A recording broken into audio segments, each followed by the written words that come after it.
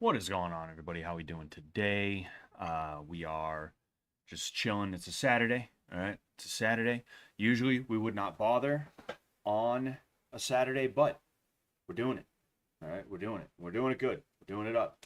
All right. What's going on, Shoe Nice? Thank you very much for sharing it, dude. I appreciate that.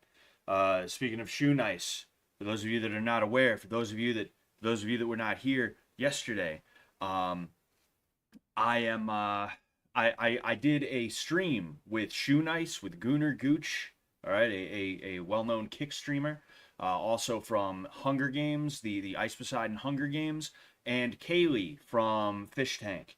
And it was a good time. It was a really good time. I think it went really well. Of all the game show type streams that I have done, I think that was probably the best. If not, it's pretty damn near close to the best one that I've had.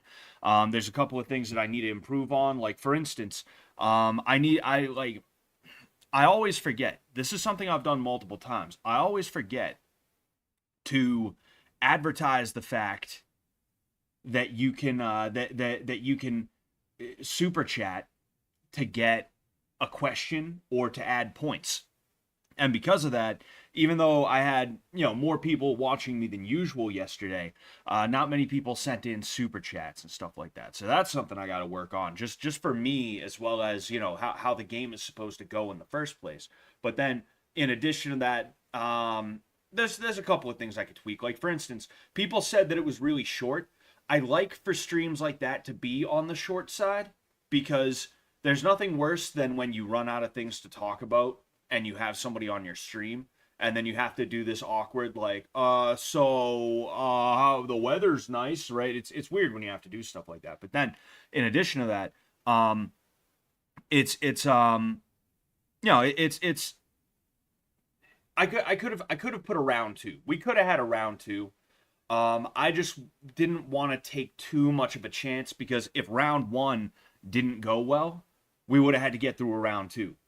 So, now that I know round one is good, that it's fun, it's fast paced enough, people have fun with it. Next time I do something like that, I'm gonna include a round two. Maybe we'll have to have Shoe Nice back. Shoe Nice was great. I'm gonna let my dog out. Actually, hold on. I'll show you guys my dog first. Get over here. Get over here. He says hello. He says hello. He says hello. Hello, hello, hello. Look at him. He's like, what is going on here? What is going on here? He has to wear sweaters in the winter because he's a Brazilian dog. He's literally not used to the cold up here, so we have to have him wear sweaters in the fall and winter time. But yeah, I mean, I'd love to have Shoe Nice back. Shoe Nice is still here. Thank you again, Shoe Nice. You were great last night. That was really fun. I hope we can get you on Fish Tank. I like, I don't. I don't know what's going on for Fish Tank. I'm not a guy that they tell things to. They hit me up like 20 minutes before they need me, right? That's just kind of the way that it happens. But if you hit up Jet, I'll see if I can. I'll see what I can do too. I'm not saying I have a bunch of pull with Jet and Sam or anything like that, right? I'm not making promises, but we'll see what we can do to get you on season 3, because it'd be really cool. It'd be really cool to see you on a Fish Tank. Um, I come from 4 generations of boxers. Grandfather was Golden Gloves. That's pretty sick, dude. Hell yeah, nice. JVD Media says, "Is Ice Poseidon still around? I'm out of the loop." I I guess he is. I guess he is. Yeah, he had a stream that was kind of like Fish Tank a little bit, not 100%, right? But it was kind of like Blood Games specifically, but it was a battle royale stream more so than it was like what Blood Games was. Blood Games was a narrative, in a sense. In a sense, Blood Games was like a narrative sort of thing, right? Um, almost said Blood Games. Hunger Games, his battle royale, Ice Poseidon's battle royale thing. That was more along the lines of, well, battle royale. That's what it was in its purest sense, in its purest sense. But Oh, excuse me. Yeah, I had a really good time last night. I'm glad you guys had a really good time last night. You know, thank you everybody for showing up. Thank you everybody for tuning, not just tuning in, but thank you for participating. Jeez, it is real dark in here. I'm in the shadows.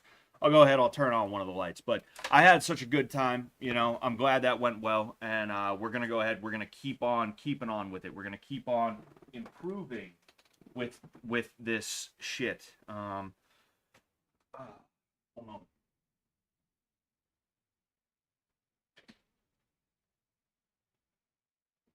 It's probably not much better at all. Uh, yeah, it's really not much better. I'll have to keep it on. I'll have to keep it on the other one that's a little bit better. It a lot of it depends on what I have on screen. Like right now, I clicked over to a place that has a black screen, so I'm in shadow more. Now I have a white screen, so I'm not as much in shadow. You know, my wife keeps moving around the light that I use to get better lighting, and I'm literally too lazy to go unplug it, bring it over, and plug it in. I shit you not. So that's why the lighting is like dog shit right now.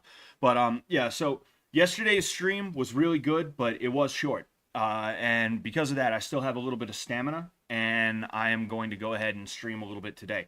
We are supposed to, anyway. We're supposed to be on YouTube, Twitch, and Twitter. So regardless of where you're watching, thank you for tuning in. All right, I figured we'd mess around with Twitter every now and again. I like to do a Twitter stream just because why not? You know, in fact, I might as well check in on that, make sure everything is going well.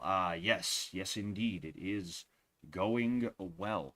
But yeah. Oh, thank you, baby. Yeah, but so what I plan on doing, okay, what I plan on doing is I plan on doing Duolingo because I'm learning Portuguese and Irish, all right? And I figure a way to keep myself honest while also having a little bit of fun with you guys is to do some Duolingo on here, right? And I'm not saying that's going to be the whole stream. Before we get into the Duolingo, we're going to be watching martial arts stuff, specifically bad martial arts stuff, right? And I'm not like I didn't have a bunch of videos that I had planned in my head. Like we're going down a bit of a rabbit hole here, all right? We're clicking a video and then whatever pops up next, we'll go ahead and we'll look at. But um there we go. There we go. Ted Barris loves shoe nice. Bug him. Um hmm. Torture rooms. Torture room says go brigal. Exactly. We're gonna be doing the go brigal. The go brigal. But anyway, so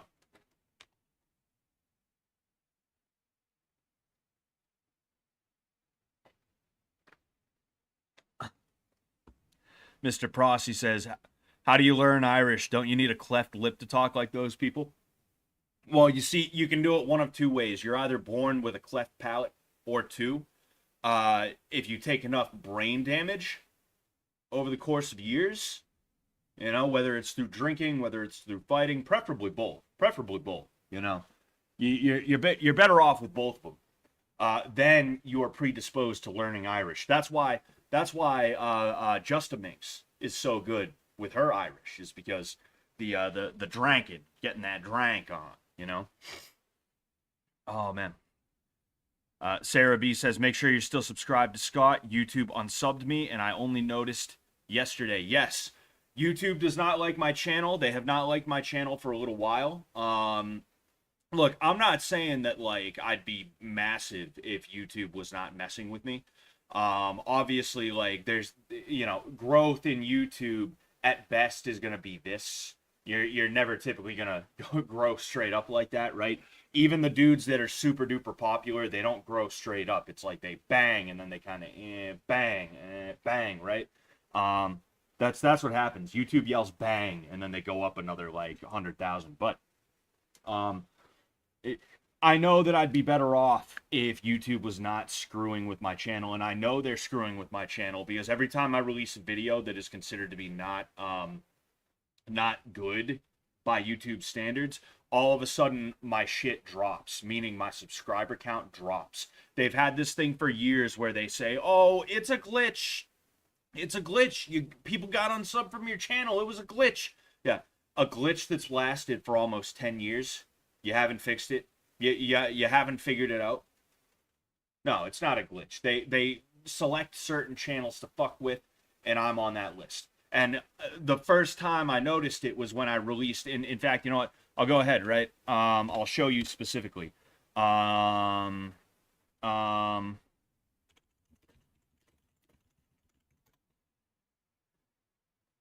When I first released, oh geez, I didn't realize my screen was like that. When I first released this video 6 months ago, right? That's when I first noticed, because I released this video where the thumbnail is an AR and it has guns in the title. Um, like I first noticed because as soon as I released that, I dropped 10 subs instantly. Instantly. Not like I released it and then a day or two later I noticed, oh, 10 people on sub. No, I mean like I released it, I go to see my YouTube creator studio. All of a sudden I'm down like 3 subs. And I'm like, oh geez, what the hell? Like, are people really that upset that I released a video called Guns Are for Sissies? And it's not even what it sounds like either. It's a clickbait title. I obviously don't think guns are for sissies. I love guns, right? But clickbait, right? And then like not even 5 minutes later, I'm down like another 2 or 3, and then like not even 5 minutes later, like another 5, right? And it was just from there, like I was kind of starting to slowly get some traction. My videos are going from a couple hundred views to 1,000 to 2,000 views per video. All of a sudden I'm back down to a couple hundred views right after that, you know? I finally started to kind of gain a little bit of traction again, and I'm noticing that because I released a couple of videos that got age restricted, I have a feeling I'm probably being fucked with again. Either that, or let's be real, let's be honest, right? Oh, hold on. Oh, okay, I'm good. I forgot to undo a bunch of the settings from yesterday. I was like, oh no, is it? Oh, well, here we go. Anyway, sorry, one sec. I know I like there is a chance that YouTube it's not the YouTube's fault. It's not the tube's fault, okay? There is a good chance that people were just like out of nowhere like, I'm not interested in Scott's videos anymore. There's a chance. I'm not saying no, but I mean, come on. You know, I don't think so. If I'm just being honest with you.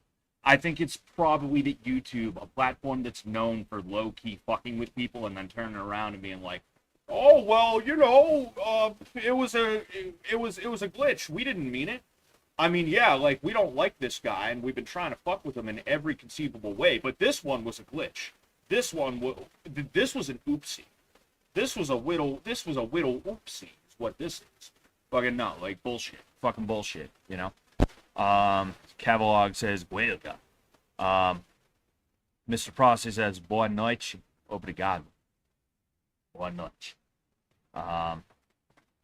Fucking, yo, Scott, what's good? What's going on, Lord Raiden?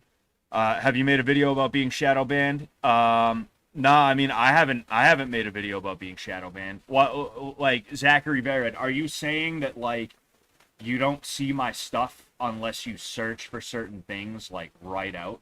Because if that's the case, then it wouldn't surprise me. I'll be honest with you. I'll be honest with you. Oh, I see what you're talking about. You mean you can't see that because everything was, everything was still set up for the everything was still set up for the stream yesterday is what it was. But yeah, so like anybody here, if you like check to see if you're still subbed. I mean, if you're here, you probably were subbed in the first place, but I'm just saying, like, YouTube is fucking with me. I would be bigger, I would be a little bit better, and who knows, maybe I'd be able to put a little bit more effort and energy into this because I wouldn't have to worry about basic survival through having a job if I was able to actually, like if I was where I feel that I should be right now, if I wasn't being fucked with, who knows, right?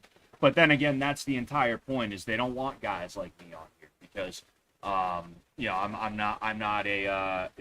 not trans. I'm not trans, so they don't want me on here, I'm a scary looking ginger white guy. You know, I'm a white oppressor, so they don't want me on here. So, you know, they're gonna do all that shit. You know, and that's like the thing about the adpocalypse, the thing about shadow banning, right, is if they could take down some of the juggernauts of 2017 YouTube, which was like Sargon of Akkad and like, you know, all these other guys who we kind of look at them as a little bit cringe today, but at the time they were like the man, right? If they could take those guys down, they would. They would. But they knew they weren't going to be able to actually take those people down. What they were worried about was guys like me, right? Who we were going to come along, we were going to see what people like Sargon did, and we were going to improve upon that, right? And again, like, saying it now sounds kind of cringe because of the fact that it's like, Sargon. But the point is, they didn't want the next generation of people being people like that who were just normal guys who were like, hey, what the fuck is this shit about, dude? What's going on here? They didn't want that. And that's why after the adpocalypse occurred, all of a sudden you have the rise of RedTube, and now Hassan Piker is huge, and Bosch, and all those other weirdos, is because the whole point was to try and make the people who are already here as irrelevant as possible, knowing that they wouldn't be able to make them completely and totally like gone, but they could at least relegate them to a corner where other people aren't going to be paying attention to them. They have their audience, fine, but those are the basket of deplorables people. Those are the people who we weren't going to even try to save them in the first place. Fine, take your little corner, stay in there, don't leave, don't fucking bother us. Now we're going to take Vosh, we're going to take Hassan, we're going to AstroTurf them, and we're going to have like 4 to 6 years of left-wing bullshit, of suck the dick bigot bullshit on the front page and stuff like that. And anybody who is like, I want to be Sargon of Akkad, you know, anybody who decides they want to be like that, they're going to end up getting screwed because they're not going to be able to gain traction, you know. So you've taken the guys who have already made it, you put them in a spot where new people aren't finding them, and you have replaced them. You have filled that vacuum with left-wing content creators like the Hassan or Bosch types, and the new people end up finding them, and they latch onto their content. Meanwhile, the people who would actually have good content, the people who would actually, well, they have good content regardless, right? Good content doesn't revolve around views, but the people who would actually be able to make a living off of their content, the people who would get big and be known as kind of like the next generation of that little dissident movement that had occurred back then. As cringe as we look at it, you know, nowadays, everything's cringe after a while, you know? The hippies are cringe now. Grunge is cringe to a degree, right? To a degree, right? Annoying grunge boomers are cringe, you know? Alice in Chains rules. All right, don't you talk shit about my Alice in Chains, but like et cetera, right? Like it's just it's designed so that they can't completely and totally do away with the problem, but they can handle the problem that exists, try and quarantine that off, and wait for that to just kind of die off on its own, because eventually Sargon of Akkad is going to get old. Shoe on Head's going to get old. Armored Skeptic is going to get old. Chris Ray got, right? Either that or they're going to move on to different content, right? And then when they've taken what is already there, removed it, they can fill the vacuum with their own thing and make it so that anybody who naturally would have filled that vacuum on their own is unable to get there, right? That's the way that the adpocalypse was designed. That's the way that this was meant to be. That's what I'm going through now. Not saying that I would have been the next Sargon of Akkad. Not saying that. I'm saying that, like, as someone who, you know, I don't explicitly suck the dick bigot, right? I don't do that, right? They don't want me around in that way. You know, they'll take another martial arts YouTuber who's like, I do jujitsu and I suck penis. So, I mean, hey, you know, that's pretty neat.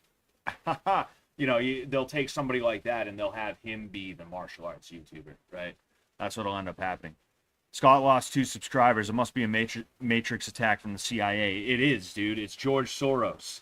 It's George Soros sending telepathic messages to Susan Wojcicki's ghost to infect the YouTube servers and lose subscribers and make me lose subscribers is what it is. That's exactly what it is. Do you care, or is it just an episode and an easy problem you can escape from instead of your own mind? I don't know exactly what you mean. I'm gaming and food for you. I'm not 100% sure what you mean regarding that. If you clarify, I'll be able to answer your question. You know, Scott but liberal. You know, jujitsu's fun, but you know what's more fun? Sucking penis. Haha, yeah. Dude, $1 million in ad revenue. $1 million ad revenue. Overnight, immediately placed into your bank account. Rip Keith Wood's channel. Is that what happened to that dude? I don't know. I don't know who that is. I don't know who, I don't know. I mean, Keith Wood sounds familiar, but I don't know who he is outside of the name sounding familiar, you know? Is he talking about the scam I'm running to take his viewers? Dude, Auto Infanticide, you better be joking, dude. Dude, you better not, dude. Dude, come on, man. Dude, don't do that, bro. Cryokeen, the sci-fi artist. I don't know if that's the real Cryokeen or not, but at least you live a healthy life. I wouldn't say I live a healthy life. No, sir. I would definitely not say I live a healthy life. I am one of the most unhealthy people we will ever know. Fighters are the most unhealthy dudes you've ever known, because it's not about actually living a healthy lifestyle. It's just about making weight. So like heavyweight fighters eat like dog shit, you know? That's why you have some guys who they're only like 6', 6'1", but they fight heavyweight because they're fat as shit. They aren't in the heavyweight division. They're in the overweight division is really what it is, you know? And some really fun guys have come out of that, you know? Roy Nelson, Justin Tafa, who's the Australian dude? He does the shoeies. I forget his name for some reason. I don't know why. Like those guys are fun to watch. You know, they're some of the funnest dudes in the heavyweight division. You know, Derek Lewis, another good example. If those dudes slim down, a lot of them could fight at 185 or even just like light heavyweight. But they're like, nah. I like eating chocolate. You know. I like eating chocolate and cake. That's Daniel Cormier. Daniel Cormier, he fought at, I believe, light heavyweight, and then he fought at heavyweight, and he could have fought at 185. He may have even been able to fight at 170, depending on how everything went. But Daniel Cormier refused to do that because he had kidney failure that I believe kept him out of the Olympics. He was cutting weight. He was going to go to the Olympics. He definitely would have been, he would have medaled. Daniel Cormier is such a good wrestler. He's overshadowed by John Jones because of what happened. But Daniel Cormier is like such a good fighter. Really good wrestler. Insanely good wrestler. But he was kept out of the Olympics because he had kidney failure, because he was cutting so much weight. It just destroyed his body. So from then on, he was like, dude, fuck that. I'll fight at heavier weight. I don't care. Fuck it. And he did really well, you know, one of the legends of the game, you know. You see, again, like, he was overshadowed by John Jones, but the thing is, without Daniel Cormier, I don't think John Jones would have had as exciting a career, you know. You know, like, Daniel Cormier was, like, insanely good in and of himself, for one thing, but then on top of that, you know, the rivalry between them, the feud, the anger between them was, like, legendary. You know, that was real. That was real. That wasn't kayfabe. They really did not like each other, you know? And that made it fun. That made it real fun, you know? Scott, are you going to watch Bivol, Better Biev? Probably not. I don't know anything about either of them. I know Bivol beat Canelo, and that's all I know about Bivol. I don't know anything about Better Biev. Better Biev, whatever his name is. Excuse me, you know? Yeah, G, Butterbean is back and he's living a king's life. Oh yeah, I actually I mean I know him. We're not like good pals or anything like that. You know, he owns a gym nearby, and I used to get sparring in there. But there was a guy that I know who trained Butterbean for a time. He's got all these pictures of him and Butterbean together. for I think specifically MMA stuff, but I would assume also kickboxing stuff because this guy is mainly a kickboxing guy in the first place, you know. Um, I'm not saying Gordon Ryan is the throat goat, but being that good at jujitsu would help being the greatest penis sucker of all time. I mean, it's hard to argue with that logic, Patty Druid. I don't know how I could ever like say no. I don't know how I could say like no. Like yeah, sounds about right. Sounds about right to me. You know, shit. Women want you gay. Women like effeminate-looking men who act masculine. Strange thing. Women don't know what they like. Women don't know what they like. Well, I'll talk about this a little bit, right? Women don't know what they like. All right, they truly don't. And you thinking that you can figure out what a woman likes when women don't even know what they like, it ain't happening. You ain't doing it. It ain't gonna happen. Sorry, it's not happening. You know, um, women like whatever they like in the moment. Whatever gets them wet is what they like. Genuinely, you know, um, and that just is what it is. You know, there's no point in trying to understand women on that level because they don't understand themselves. So, you know, it is what it is. You know, like that's one of the biggest mistakes that I made in my life was believing that I could understand women and like trying to make sense of it in a way where they were gonna act like I was gonna get them to treat me a certain way or something like that. People in general, but especially women, just do whatever the hell they feel like all the time, and that just is what it is. And you can't change it. You can't do anything to fix them. You know, I can fix her. But I can fix her. You know, she's a little beauty. How much meaner can she get? You know, there's a song I really enjoy it. It's by a band called Revolution, and it's got another guy that I listen to. Um, in it, it's called "Hate to Be the One." You should look it up. "Hate to Be the One," by Revolution. Right, really good song. Really good song. And it's rare that you have songs by guys about how like there's a woman out there that's a piece of shit. You know, usually when they do, it's like there's like a sexy aspect to it. You know, like a Hall and Oates Man Eater. There's a sexy aspect to the woman that they're singing about in that. But in this one, I like it because for one thing, it's a really nice song. But then for another thing, it's also it's like how often like when women write songs about men, it's always you're a hound dog. You're a big old meanie is what you are. It's always that, you know, but with this you get like actually like, hey, this woman is bad for you, dude. Like I'm trying to be your pal here, trying to be your friend here, dude. You got to get rid of her cuz she ain't good, dude. Really good song though. You should definitely look it up. Yeah. You can understand women's ego because they don't know what they're doing. Like children, men too. Well, yeah, I mean, it's not hard to understand a lot of the things that women do because, you know, it just comes down to self-interest a lot of the time, you know. But we've been sold a lie that women are like perfect angels when they're not. You know, the women are humans just like us, and humans, you know, just like us, meaning just like men.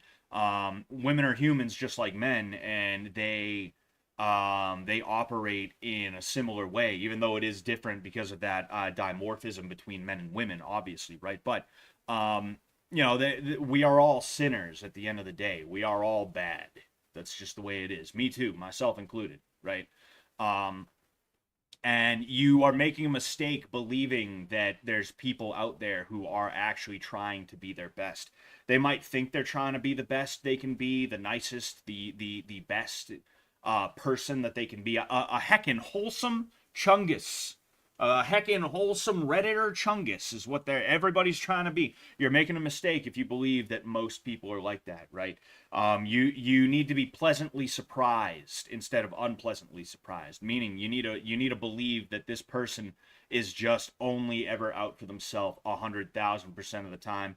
And even if you think they're treating you well, they're only treating you well because they have something to gain from it, right? That you need to approach everybody like that, and especially women as a man. um you know, and you'll be able to be a little bit safer that way, you know. But like, we were convinced that women are like perfect angels and stuff like that, and we grew up at just the right time to start believing that sort of thing. Like Gen X didn't believe that. Um, um, the Boomers didn't believe that. Gen X and Boomers were aware of the way that women are for the most part, right? Even if they sat there and they said these things that made us believe that women were like perfect angels, they didn't actually 100% believe it. They were just saying it because that was the socially acceptable thing to say, right? But we grew up at just the right time. Like I was watching Troy with my wife, right? I'm watching Troy with my wife, and Troy is a good example of a lot of the movies that came out around then, where anytime there's men who are good at war, there's always a woman in the background who's screeching about like, oh, but war's bad. Men are only good at you're only good at fighting people. This is why we need a female president. Well, I don't want anyone dying for me. Like that's literally what happened in the movie Troy. Is like all the guys are like, all right, we're fighting a war. Let's fight this fucking war and let's win it. You know. Meanwhile, any woman in the whole thing, it's a good way to sum it up is that Hillary Clinton quote, right? Women are the primary victims of war, right? There there's one scene where this slave chick is like she's about to be taken and sexually abused by Agamemnon and his boys, and what's his face, Achilles is about to save her, and she's like, no, don't, I won't have anybody dying because of me. It's like, oh, you mean you'd rather get gang raped is what you're saying. You'd rather be gang raped than Achilles kill these guys who are going to gang rape you, so that you can not be gang raped. Yeah, that sounds about right. That sounds about fucking right. You know, it's the movie trying to convince you that the women are the only ones who have like a good sense of like right and wrong and virtue, and they're gentle, they're kind. Oh yes, that's what it is. No, like she's a stupid bitch. She's an idiot, is what she is. You know. Same thing with Helen, right? Same thing with Helen, the one who started the war by going to fucking Troy with Paris, right? Fucking Helen goes to Troy with Paris. The king of Sparta is like, yo, what the fuck? Let's get our asses there and take her back. Excuse me. And then she sits here and she's like, I'm not a queen anymore. I can't command people to die for me. And it's like, are you fucking stupid? What did you follow them back for? You know, but again, like, that's not even how women would be. Women aren't even like that in real life, you know? It's a lie that Hollywood is trying to sell you so that you'll believe it, so that a certain agenda will be able to take over, you know? And women believed it too, and that's where a lot of this shit about, like, oh, female president would if women ran the world, there'd be world peace. It's like women can't get along with people at their high schools. They can't as soon as there's more than 3 women, in a fucking room, it's anarchy. It devolves into, oh my god, what is Jessica wearing? That bitch. Oh my god, what is she wearing? What a slut. It devolves into that. And I'm supposed to believe world peace is going to be achieved because those same stupid fucking idiot women are the ones who are running it? No, of course not, right? But again, it's all just a Hollywood thing. That's what it is, you know? Chef says, have a good stream, Scott. I need to go to church. Hey, man, have a good time. Have a good time, man. You know? If Kamala becomes president, it will be a disaster. Actually, I have it on good authority, according to the movie Troy, that if Kamala becomes president, it's going to be immediate world peace. You know, she's going to girl boss her way. She's going to girl boss her way to world peace is what's going to happen. That's what's going to happen. You know.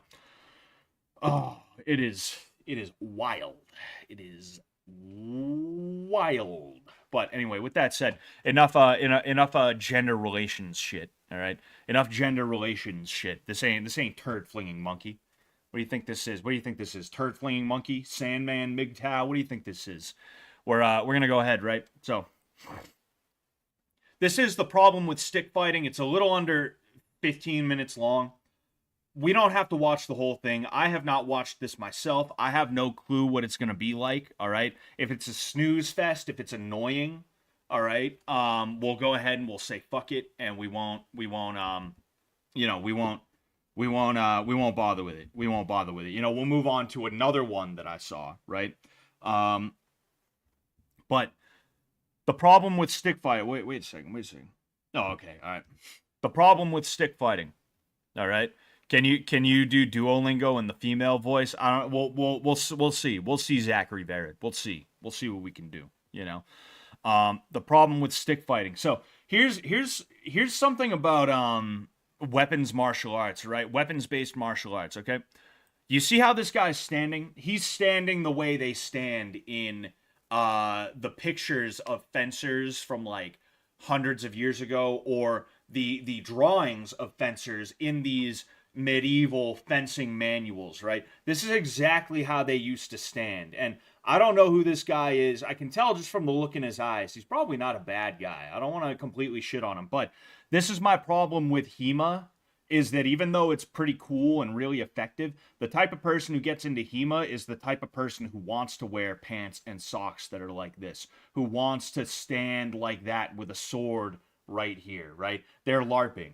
They're just LARPing in a slightly more realistic manner. And because of that, the same way jujitsu is like, nah, I don't care how effective you are at fighting. It's kind of gay, bro. Like, even in the same way jujitsu is kind of thought of as that way, right? I think that of HEMA in a certain sense is like, oh, this guy put just as much thought into how he's gonna look in this video as he did what he's actually going to show. But with that said, the problem with stick fighting. Folks, this is Maxime Chouinard here from Bath here in Ottawa and Antrim Bada. Ottawa. So First strike, Canadian. Wanted to do a little video today about one of the main problems you're going to run into when you're doing stick fighting, and which is hand protection. And I'm not talking here about which glove is the best for stick fighting. Really? So the problem with stick fighting is just the hand protection? Lacrosse gloves are. No, but seriously, the issue we're going to be talking about today is not one of physical protection as much as how to not get hit in the hand. And my answer is not going to be just get good. It's also, we're going to be talking about how you must move a little bit differently when you're or position yourself differently when you're fighting with a stick. So basically, Claudius called it Reddit sports, and yes, that's exactly what HEMA is. It's a Reddit sport. You know, it's like Quidditch. You know, there's people who go to college and they grab broomsticks and they play Quidditch. It's a Reddit sport.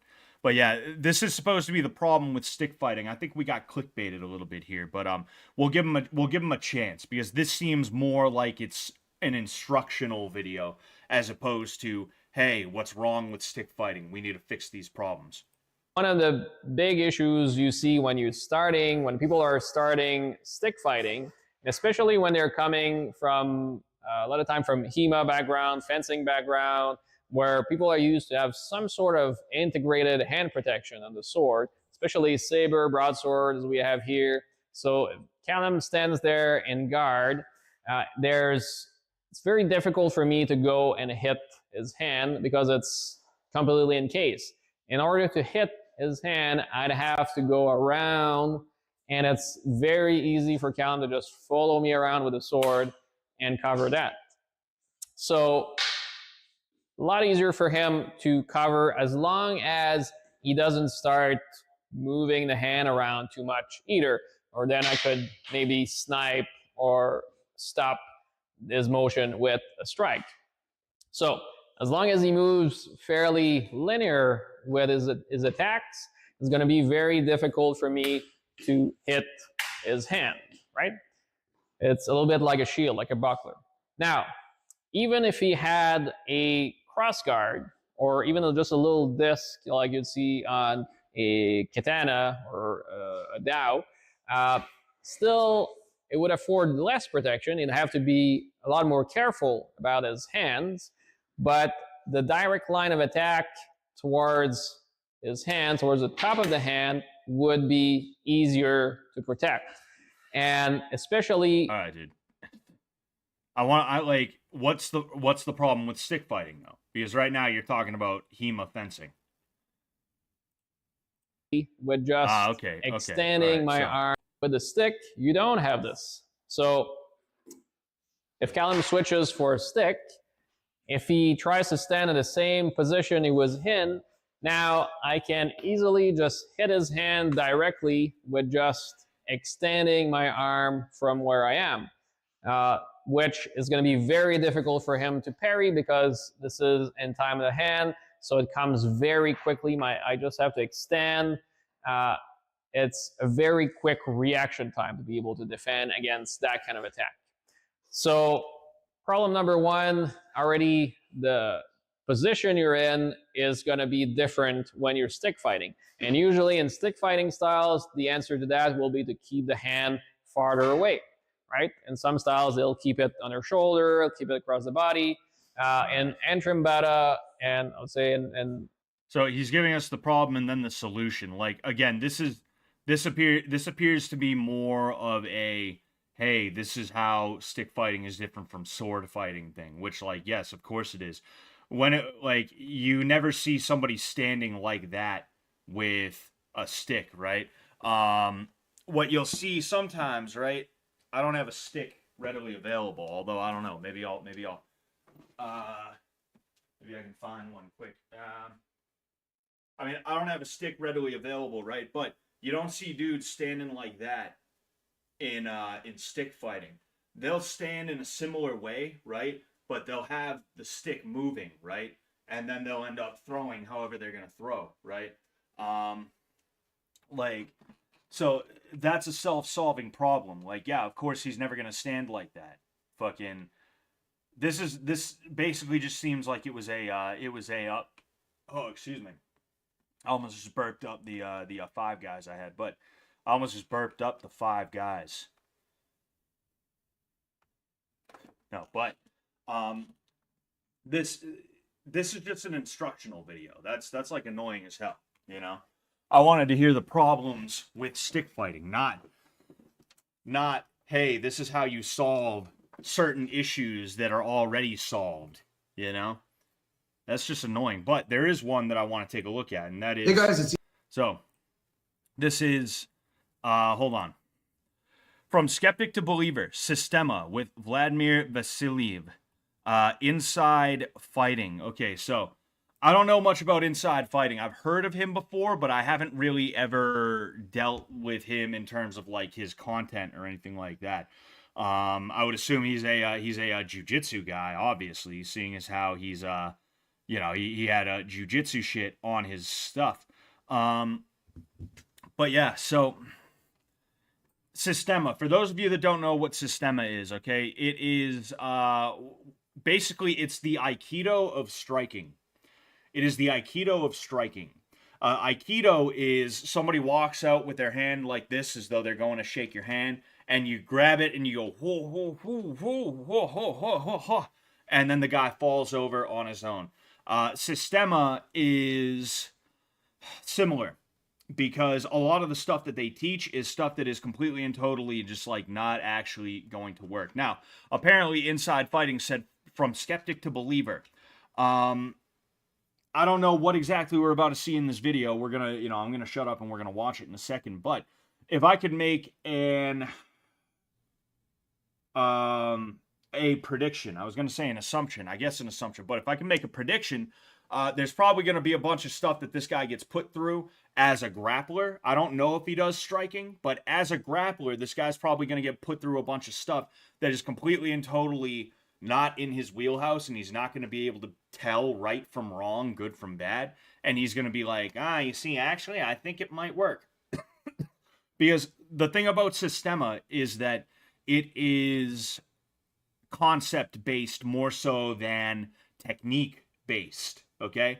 You can take certain Systema concepts and apply them to your fighting, to your combat right to your stand up, and actually they wouldn't work that bad. And I do that personally, where if somebody pulled a gun on me or a knife, or not even just that, but if I had a gun, if I had a weapon of some kind, and I wanted to pull it on somebody, but they were within 5 feet of me, if they were 5 feet or less away from me, I wouldn't bother pulling that out and trying to shoot them or stab them or hit them with whatever I'm trying to pull out. I would actually focus more on closing distance so that I could put the guy on the ground or create the time and distance that I need to actually draw my weapon. That's a Systema concept, is, hey, focus on the immediate threat. Don't worry about trying to get your force multiplier out when there's a dude who's close enough to punch you in the face. That's a Systema concept, right? But like Systema as a martial art is like Krav Maga if Krav Maga was worse, you know? But let's see this. Zealand from Inside Fighting, and after 26 plus years of doing martial arts, I tried Systema for the second time. Tried it many, many years ago, and I gotta say, this time kind of blew my mind a little bit. And man, oh man, I know the comments are gonna come flooding in. How much Systema sucks, but hear me out. You're gonna like this video. Trust me. That sounds like Jesse Enkamp trying to convince me that martial arts is actually about self-improvement. Inside fighting, yeah, dangerous martial arts. All right, so before I If that last part was the type of stuff that Inside Fighting is putting out as like legit and trying to tell us, oh no, this actually works, it's good, then yeah, it's no wonder why he thinks that Systema is good.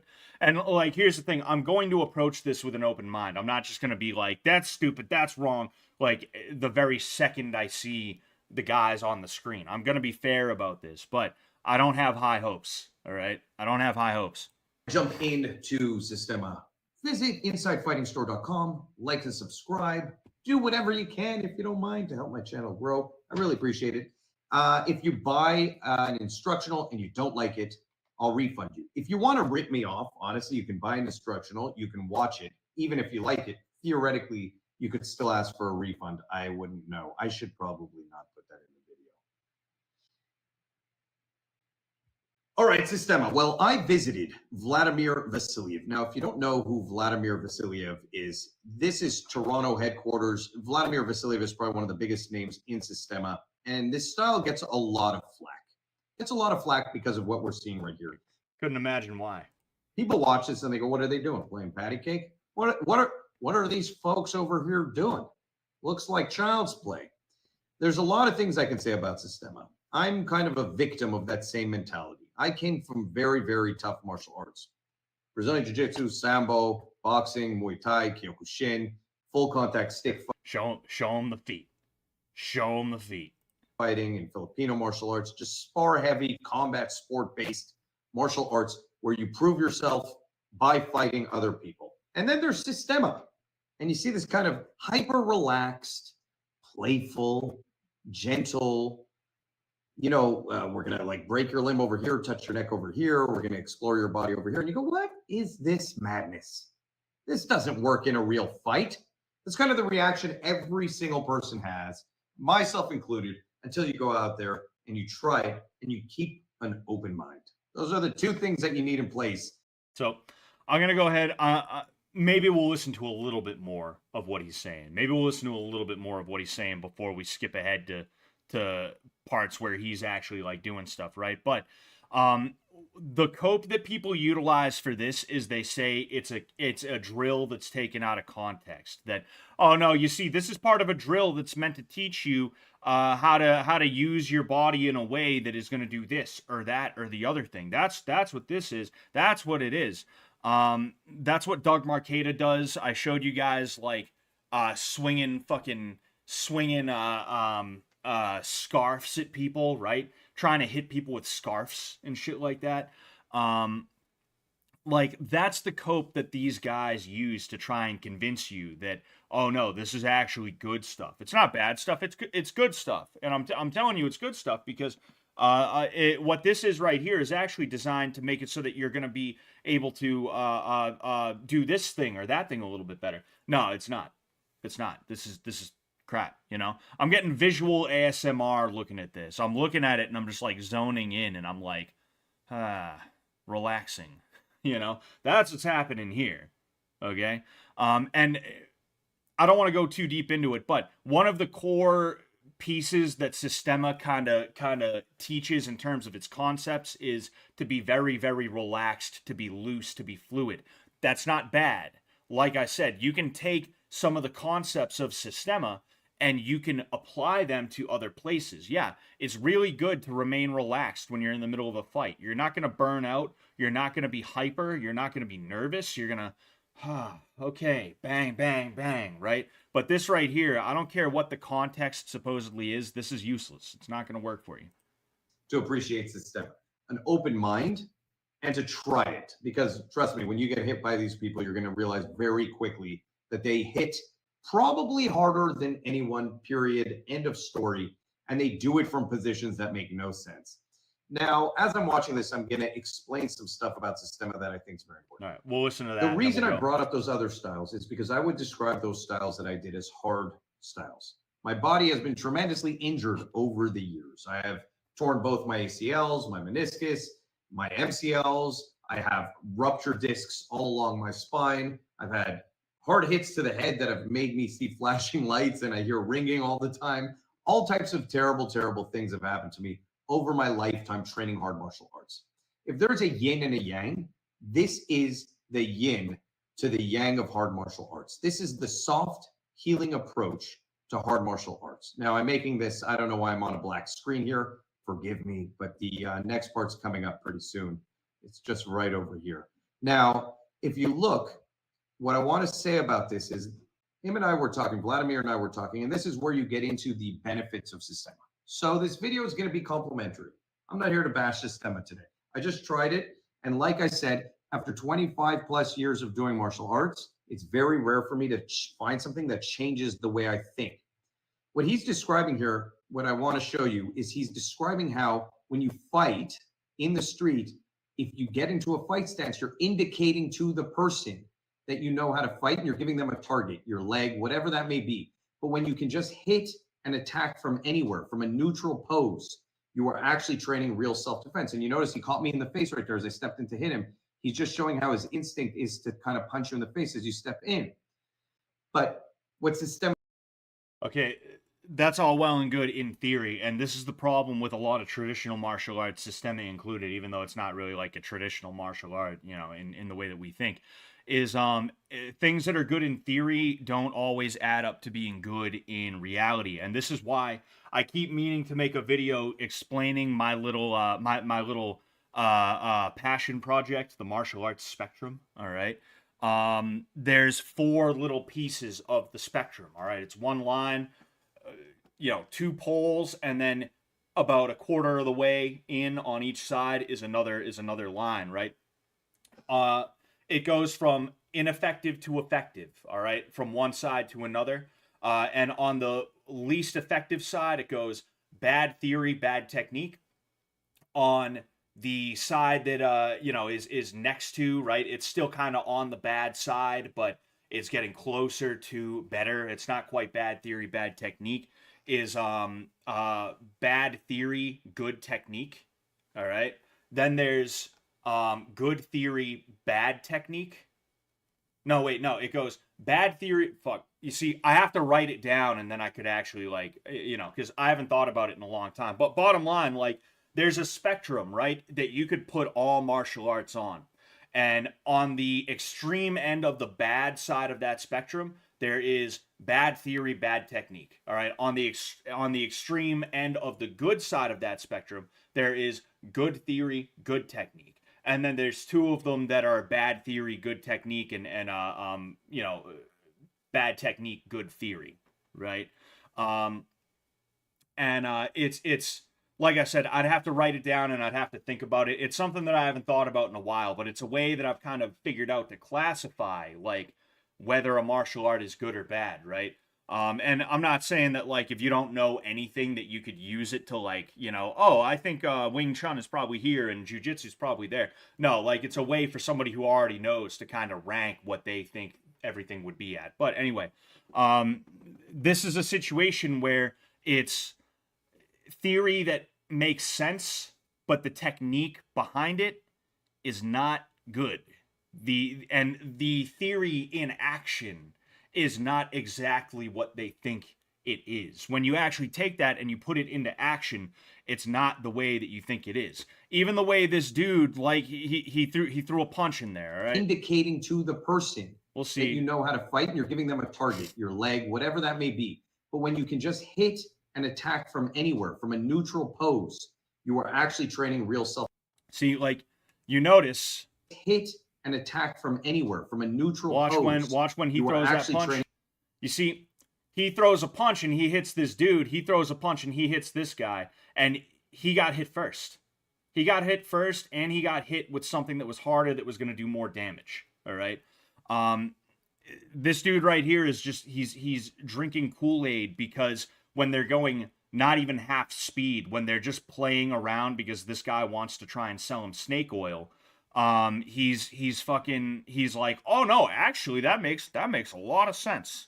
That actually, that actually makes a lot of sense, and I mean, you just hit me, so I guess that, this dude, like I said, I don't know anything about inside fighting. I'm sure he's a nice guy, right? But I think he's a little bit too open-minded. I think he's the type of open-minded that gets somebody followed into a bathroom by somebody who has, bad intentions. If you understand what I'm saying. Oh no, it's fine. He's got a wig on. I'm sure that's actually, somebody who wants to just like express their gender identity. He has a wig on and he's on the fucking sex offender registry. I'm gonna let him into the girls' bathroom with my daughter. Fucking, that's the type of open-mindedness that this guy is exemplifying right now, if I'm just being honest with you. And that's why he made a 22-minute video talking about this, saying, oh, well, he showed that his instinct is to hit me from a squared stance, and he's totally going to get me. It's like, no, that's not how it's going to work, dude. Is to kind of punch you in the face as you step in. But what Systema does is it trains from these highly neutral positions. It trains you from your hands down, just standing there in a relaxed position. It trains you on your knees. It trains you, with one leg up in the air. All these kind of off-balanced, weird places that you would never train if you're doing jiu-jitsu, that you would never train if you're doing boxing. Because in a fight, you don't always get to control, in a street fight, where your body will be when the fight starts. It's not like you're getting in a ring prepared and ready to go. Yeah, you can actually control quite a bit, and that's something that when I do my series on how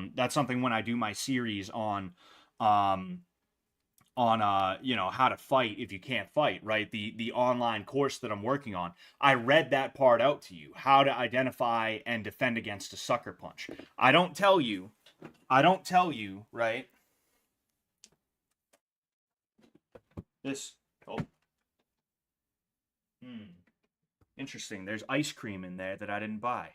There's ice cream inside of here that I didn't buy. I'm gonna have to take that up with the wife.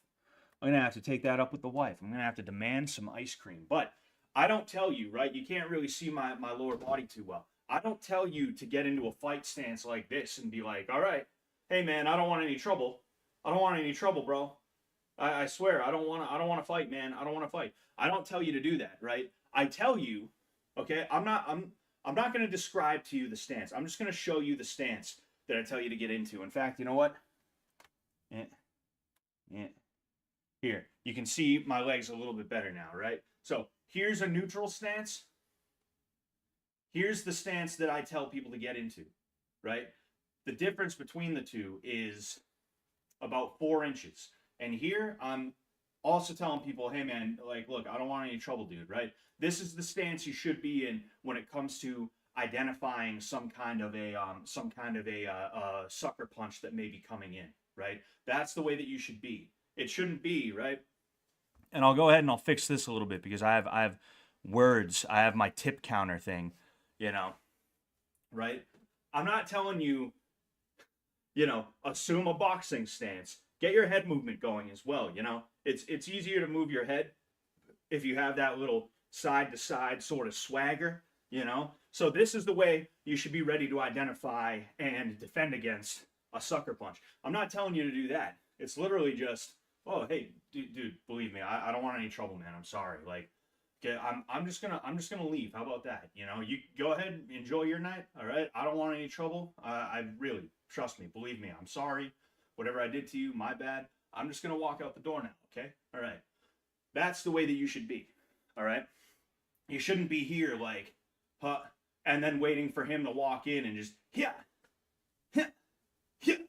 That's ridiculous. You know, you're gonna get walloped. You're gonna get fucking whomped. Is what's gonna happen.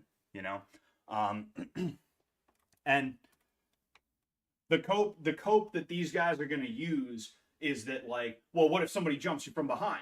It's like, well, what if? Fucking what if? You're no better at that than I am. In fact, I'm better at it than you are because I actually know how to take a punch.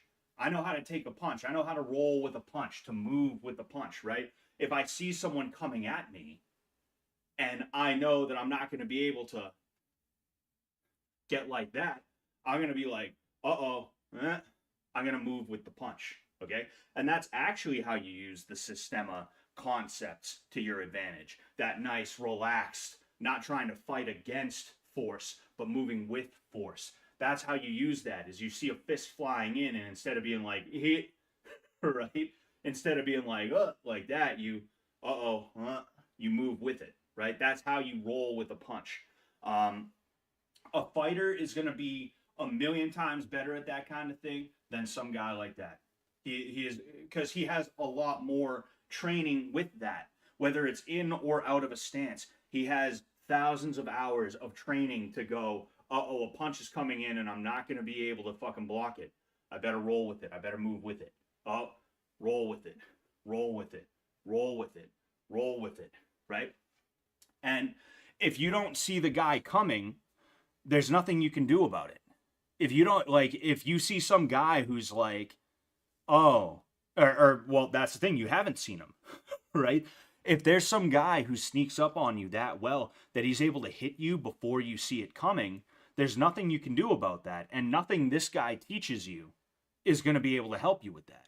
Because that's the whole thing, is that in any martial art, in order to defend against anything, whether you're actually actively defending or if you're passively defending by rolling with it, by allowing it to happen, you need to see it coming to be able to do anything about it. If you hit me in the back of the head with a wooden board and then you hit this guy in the back of the head with a wooden board, our training wouldn't matter. It wouldn't work out. We would both be pretty fucked up, you know? And there's nothing this guy is going to be able to teach you. There's nothing, all right? But with that said, let's go ahead and see what else.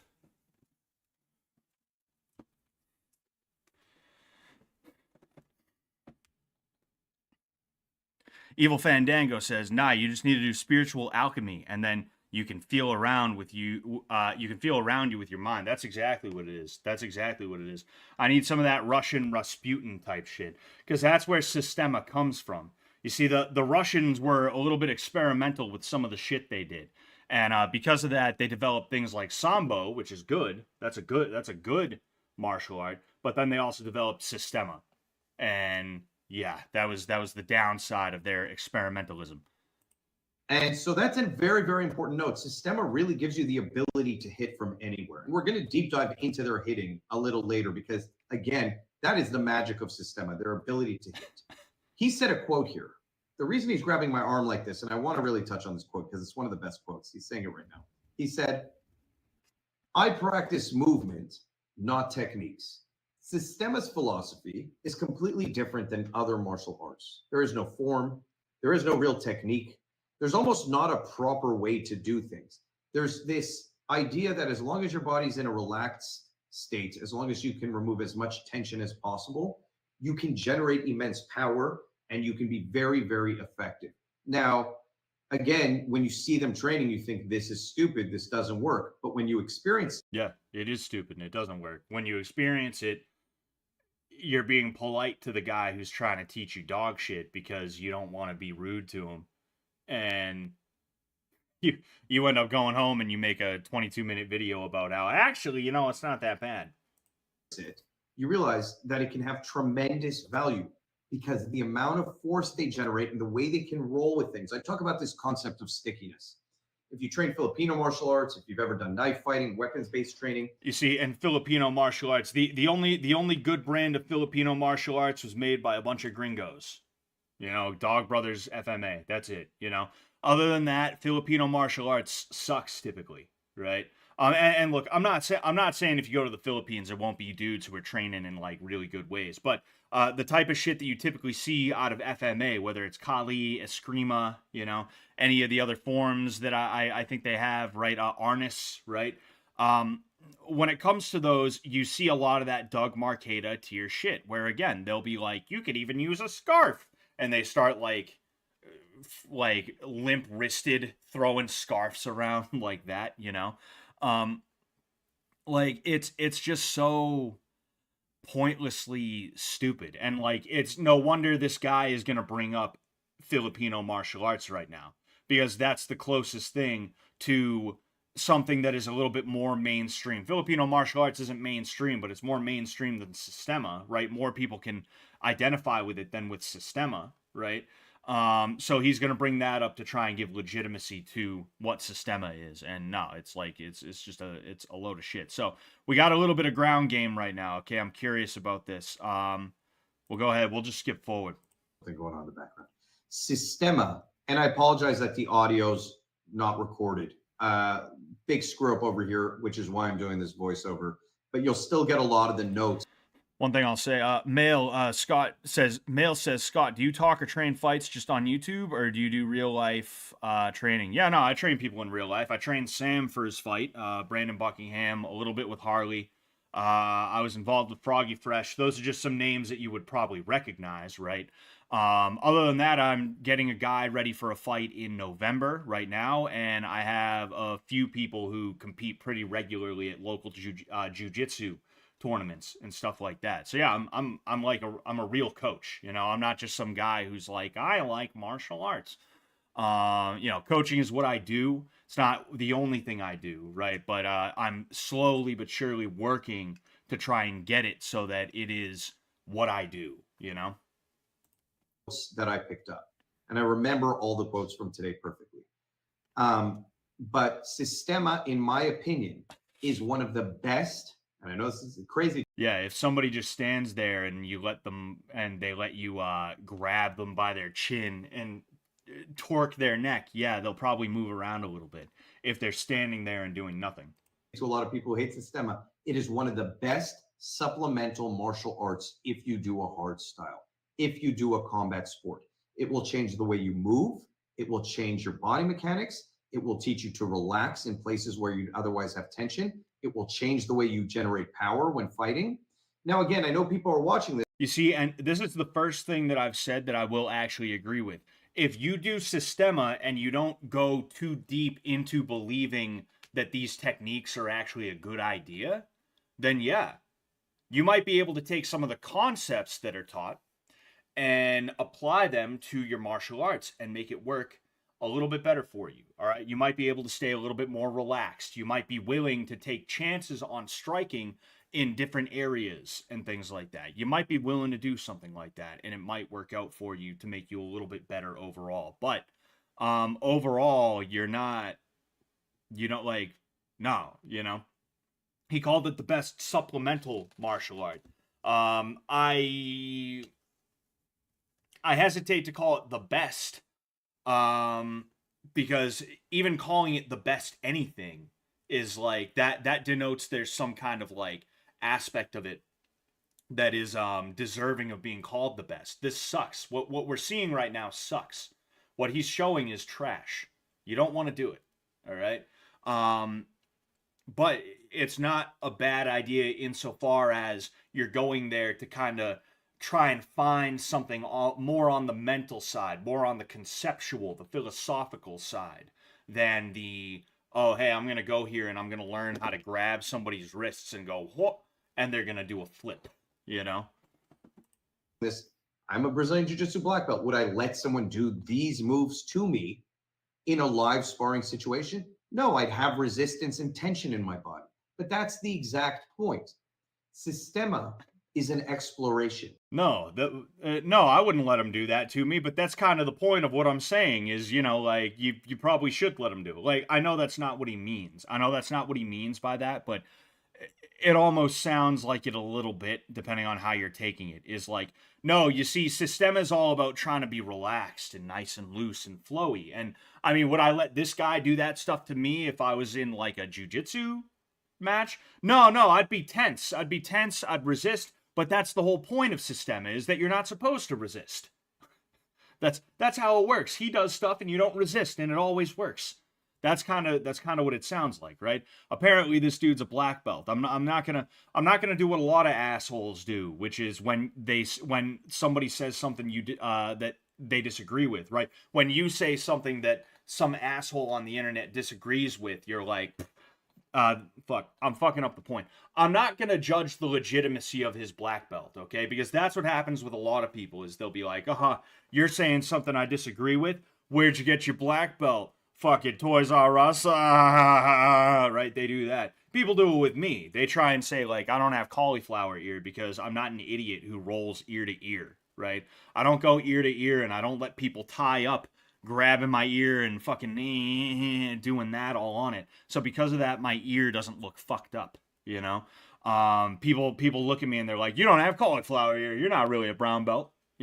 People like that are annoying. I'm just saying that this guy is a little bit too trusting. He's a little bit too comfortable with the idea of just going along with whatever this guy is trying to sell him, and then turning around and being like, well, actually, Systema is the playground of martial arts. It's the place where you go. Let's say you're in school and you're spending all day learning. It's the place you go at the end of the day to let loose and say, okay, well, let me now put into practice in a fun way, without fear, without tension, everything I learned throughout the day. So I wanted to listen to what this guy was saying, right? But this is just too ridiculous. So, okay.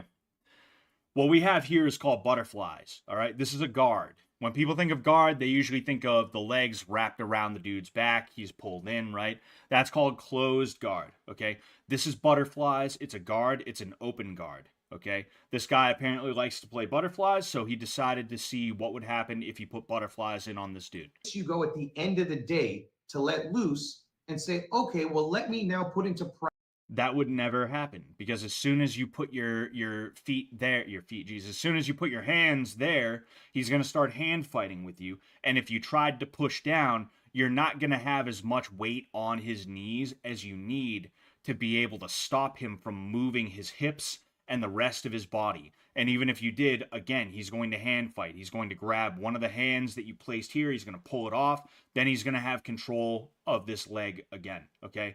And he can do that in a completely relaxed and non-tense way. There is no, like, tension that you need. There's resistance, obviously, but not resistance like, resisting one force into another.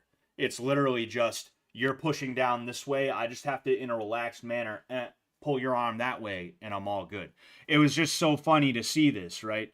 What he's saying is it's the playground. It's a place you get to go and explore. You can do that in jiu-jitsu too. It's called flow rolling. Jiu-jitsu is one of the few places you can actually do that, if I'm being honest with you. You flow, you drill, you chill in a position with a partner that's willing to let you work, and you just sit here and think, what happens if I put my arm here? Interesting, huh? So this seems all right. I wonder what happens if I crank here. Oh, he just tapped out on me. Oh, hey, interesting. Well, I just found a new submission on my own. Cool. All right, now let's see about here. What if I take the arm and I put it this way, and then I go here, and then I crank? Oh, gee, there's another submission, right? It's so easy to do that in jiu-jitsu. You just have to have a willing partner who's going to allow you to work the way that you need to. But the difference between this and jiu-jitsu is that in jiu-jitsu, you're actually working positions and movements and other things like that you could actually feasibly use in a fight. You're not just trying to freestyle and be like, well, maybe I could do this as like your legitimate fight training for when like some dude tries to attack you. You're not making it up on the fly as some dude tries to attack you. Practice in a fun way, without fear, without tension. Everything I learned throughout the day in school learning. He said without fear and without tension. Alabama man says sexual tension. I don't know. Sparring in jiu-jitsu, sparring in boxing, sparring in kyokushin. I don't care how much people say to relax. There is tension in the movements by the very nature of fighting.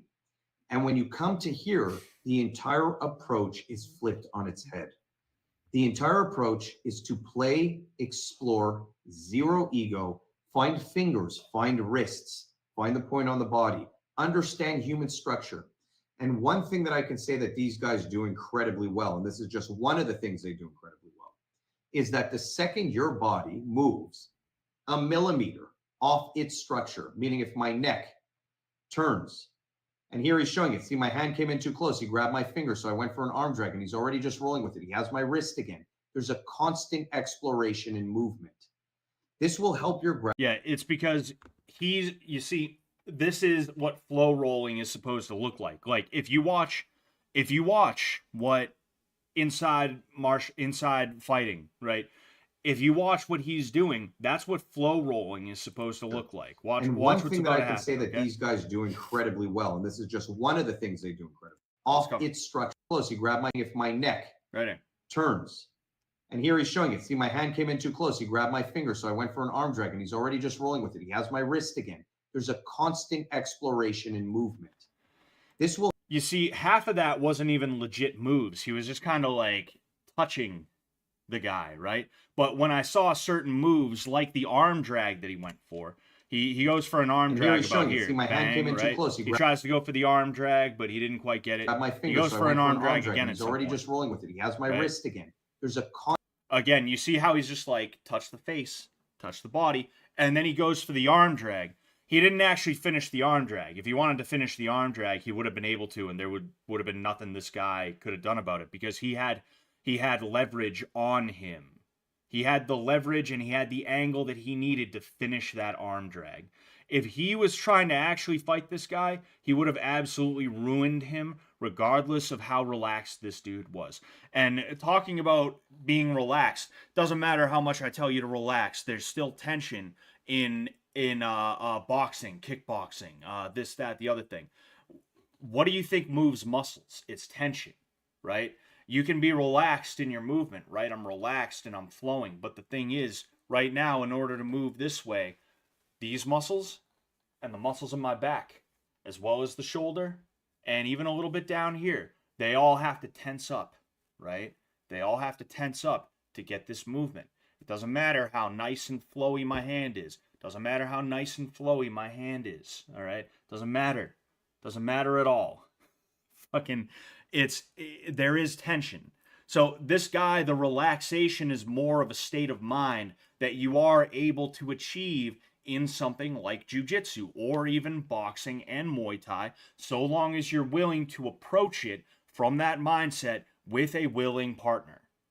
You can get exactly what's going on here with actual good technique so long as you and another partner are willing to do so. Okay? It's not that hard. This guy is nothing special. He's not doing or showing anything special. Okay? And right there, like I said, Inside Fighting had an arm drag that, regardless of how little or how much tension was in this dude's body at the time, he would have ended up getting it. Because it's just too much. It's already past the point of no return. He got caught. And it's partially because he was so relaxed and flowing. And he's like, I'm just going to go with this. Whoa, uh-oh. I just got arm dragged, and now the dude's got my back. It's just foolish, you know? Constant exploration and movement. This will help your grappling tremendously. If you're a jiu-jitsu guy, if you're a sambo guy, supplementing this will help you. I'm not saying this should be your primary system. I'm not saying Systema in and of itself is, in my view, a complete self-defense system for that. And that's it is fair. An incredible supplemental system. I think for some people it can work as a great singular system. For me, I see it as this way. No, it doesn't. Way to, again, take everything I learned in jiu-jitsu, everything I learned in sambo, everything I learned in boxing, Muay Thai, and then come to a place where I can play and let my body be completely free and move. One of the things he spoke about tremendously is longevity. And like I said, I have a lot of injuries. I have torn my ACLs. I have ruptured herniated discs in my spine, all these crazy things. They focus so much on healing. There was a guy there who had torn his hamstring. The doctors told him it would be 6 months for him to train again. He came and he trained, and within 3 weeks, he told me he was able to walk again and train properly. And the reason was because Vladimir has a very good saying. He says that injuries are an opportunity to let your body move differently. If you have a place where you feel safe to do that in combat, then that is a tremendous tool. And that is what is. You see, this guy he went in with a mind, like I said, that was a little bit too open. Okay. He fell in love with a dude who he thinks is a really cool guy, you know. Obviously not like love. What I mean is he became enamored with a dude who he finds to be interesting in some way, shape, or form. There's probably a certain mysticism, not mysticism necessarily, more like mystery. There's probably a certain mystery, probably a certain enigmatic piece to this guy and the way that he teaches and what he's teaching that this guy really enjoyed. And because of that, he's trying to tell people that actually you should give it a shot. You should definitely give it a shot. And if he had just kept it at, oh, you know, it's a good supplemental system, I would have been like, yeah, no, I can respect that. But then he turned around and he's like, I think for some people it's a good singular system. No, it's not. It's not, you know. Now he's trying to sell us on the idea of, well, actually, you can train longer with something like Systema because, you know, it's all this flowing and all this other stuff. All these people are going to get walloped if they get attacked on the street. It's just going to happen. That's what's going to happen. Okay? And if they don't, it's not because of the Systema. It's because that's just the nature of a fight with two people who don't know how to fight. Is there's a 50-50 chance somebody's going to walk away as the winner. All right? There's two people fighting each other. There's a 50% chance that one of them is going to walk away. There's a 50% chance the other one is going to walk away. And fucking these people, whoever didn't get walloped in the street fight, just happened to be the winner of that 50-50 fucking drawing of the names, that 50-50 bingo game, you know. It's that coin toss. They just happen to be the winner of that coin toss is what it is, you know. And it's weird, you know. I want to see if they get to a point where they actually throw some punches, because the way Systema throws its punches is funny, right? The way they punch is hilarious. And they're always throwing punches to like center mass, right? They're never throwing punches to the head in a real way. The head, where if I see somebody who like tries to throw a punch like that, they load up like that, I'm gonna be like, the fuck is this guy doing? And I'm gonna slip the punch. Exhale with a. He's showing it to me here. And it actually changes the way you feel the pain when your body breathes into the strike. He's still telling me, by the way. Hold on. So what they're explaining right now is a very well-known concept in combat sports, and he's trying to credit Vladimir Vasiliev as the guy who taught that to him. It's just fucking weird. Maybe he never had anybody like 1,000,000% explain it to him before, but the reason why you the reason why you breathe when you strike and the reason why you breathe when somebody tries to strike you is because when you get hit in the stomach, when you get hit center mass, you know, in the solar plexus, if you're holding your breath or if you're inhaling, either one of those, that's how you get the wind knocked out of you. If you've ever fallen from a tree or some other height, if you've ever had someone punch you in the solar plexus and it knocks the wind out of you and you're choking for like 10-15 seconds and you're trying to get the air back in your lungs, that's why it happened, because you were either like or you were inhaling. You were when at the moment of impact. That's what happened, right? So this guy right now is trying to convince us that he was never taught to exhale upon taking a strike, when he apparently has Sambo and Muay Thai training. It's just weird, dude. It's just fucking weird, you know? Let's go ahead a little bit forward because I want to see more punches, right? Cool. There is nobody I have felt that hits like Systema guys, period. Nobody. They have a unique way of generating power, and you will not believe it until you experience it. This alone, by the way, if you were going to go train Systema and you said the only reason I'm going to train Systema is so I can learn power generation for strikes from any position, I would say it's worth it. Forget all the playfulness. Forget that these people are amazing. By the way, everyone in this class was welcoming. Everyone in this class was down to have no ego, down to explore movement, down to play. You see, he gave me a nice little shot there, and you could see, and he teaches you how to. The way this dude is talking right now, it sounds like he is about to join a cult. It sounds like he joined a cult and he's trying to sell us on the cult that he's joined. And that's what a lot of these Systema places are, is there's a lot of guys out there who they're kind of well-known guys in the Systema world, right? There's this one dude, he's this Korean guy. He's a good example of a Systema dude who, like, he's sort of like a micro celeb within the Systema world. And a lot of people, they find their Systema guy and they're like, this is my guy, this is my guy, this is my guy, this is my guy. It looks like Inside Fighting has found his guy, if I'm just being honest with you. He's trying to credit this dude right here with things that are extremely well known throughout the entirety of combat sports. He is trying to convince us that things that clearly don't work will work. And he's trying to tell us that the reason why they will work is because they don't work, right? And now he's sitting here. We're watching some dude go on his body while he just stands there and takes it. And we're supposed to believe that that's going to work, right? When it comes down to it, karate has the same issue. I've noticed this in karate. I'll go ahead and I'll show you how we throw strikes in karate, okay? Because it took me a little while to, I got it as soon as I was told, but until I was told, I was doing it in what they consider to be the wrong way, okay? So I'm going to show you a middle punch from the Zen stance, right? The Zen stance. So we'd start here, right?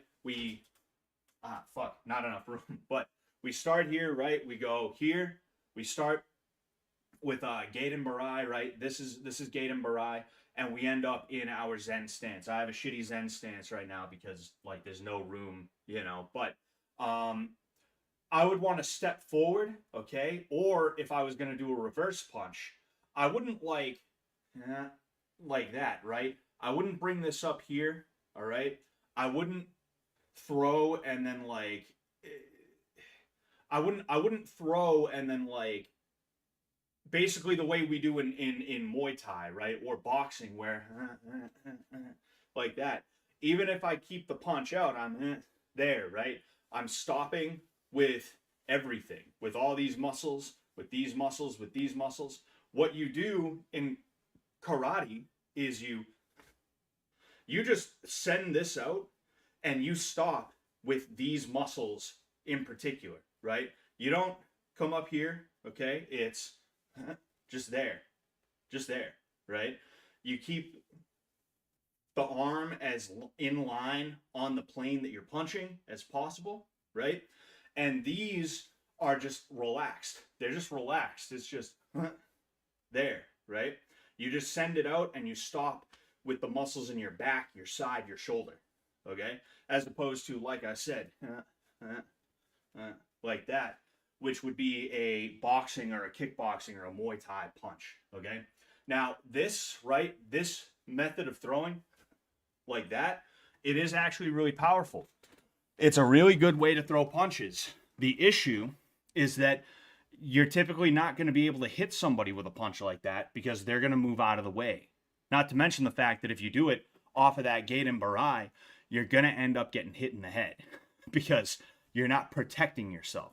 So that's a big issue that karate, as well as a lot of other traditional martial arts and Systema has with its traditional forms and other things like that, is even if there is a theory behind it, the theory in practice is not, it's not good because it's not going to work, because somebody's not just going to stand there and allow you to throw a punch at them from that spot. It's not the way it's going to happen, right? Even an untrained person is going to see you go, huh, here, and they're going to be like, oh shit, something's coming. I better get out of the way, right? It's not going to work like that. And it's not going to work like that for this either. That's not how reality works when it comes to fights. And that's why this hands up, bang, bang, bang, right? Bang, bang, bang. That's why this way of doing things is the best way. That's why it's the most common way among combat sports as well as self-defense. Even systems like Krav Maga, they try to do their own little thing where instead of here, they're like they like to have the hands up here, right? It's because they know, like, instead of just standing here and being like, okay, hint, instead of being like that, we should probably actually at least try to maybe give ourselves a chance at protecting our face. So we're gonna be here, you know? It's just foolish. It's stupid as hell, you know? Walk through it and breathe with it.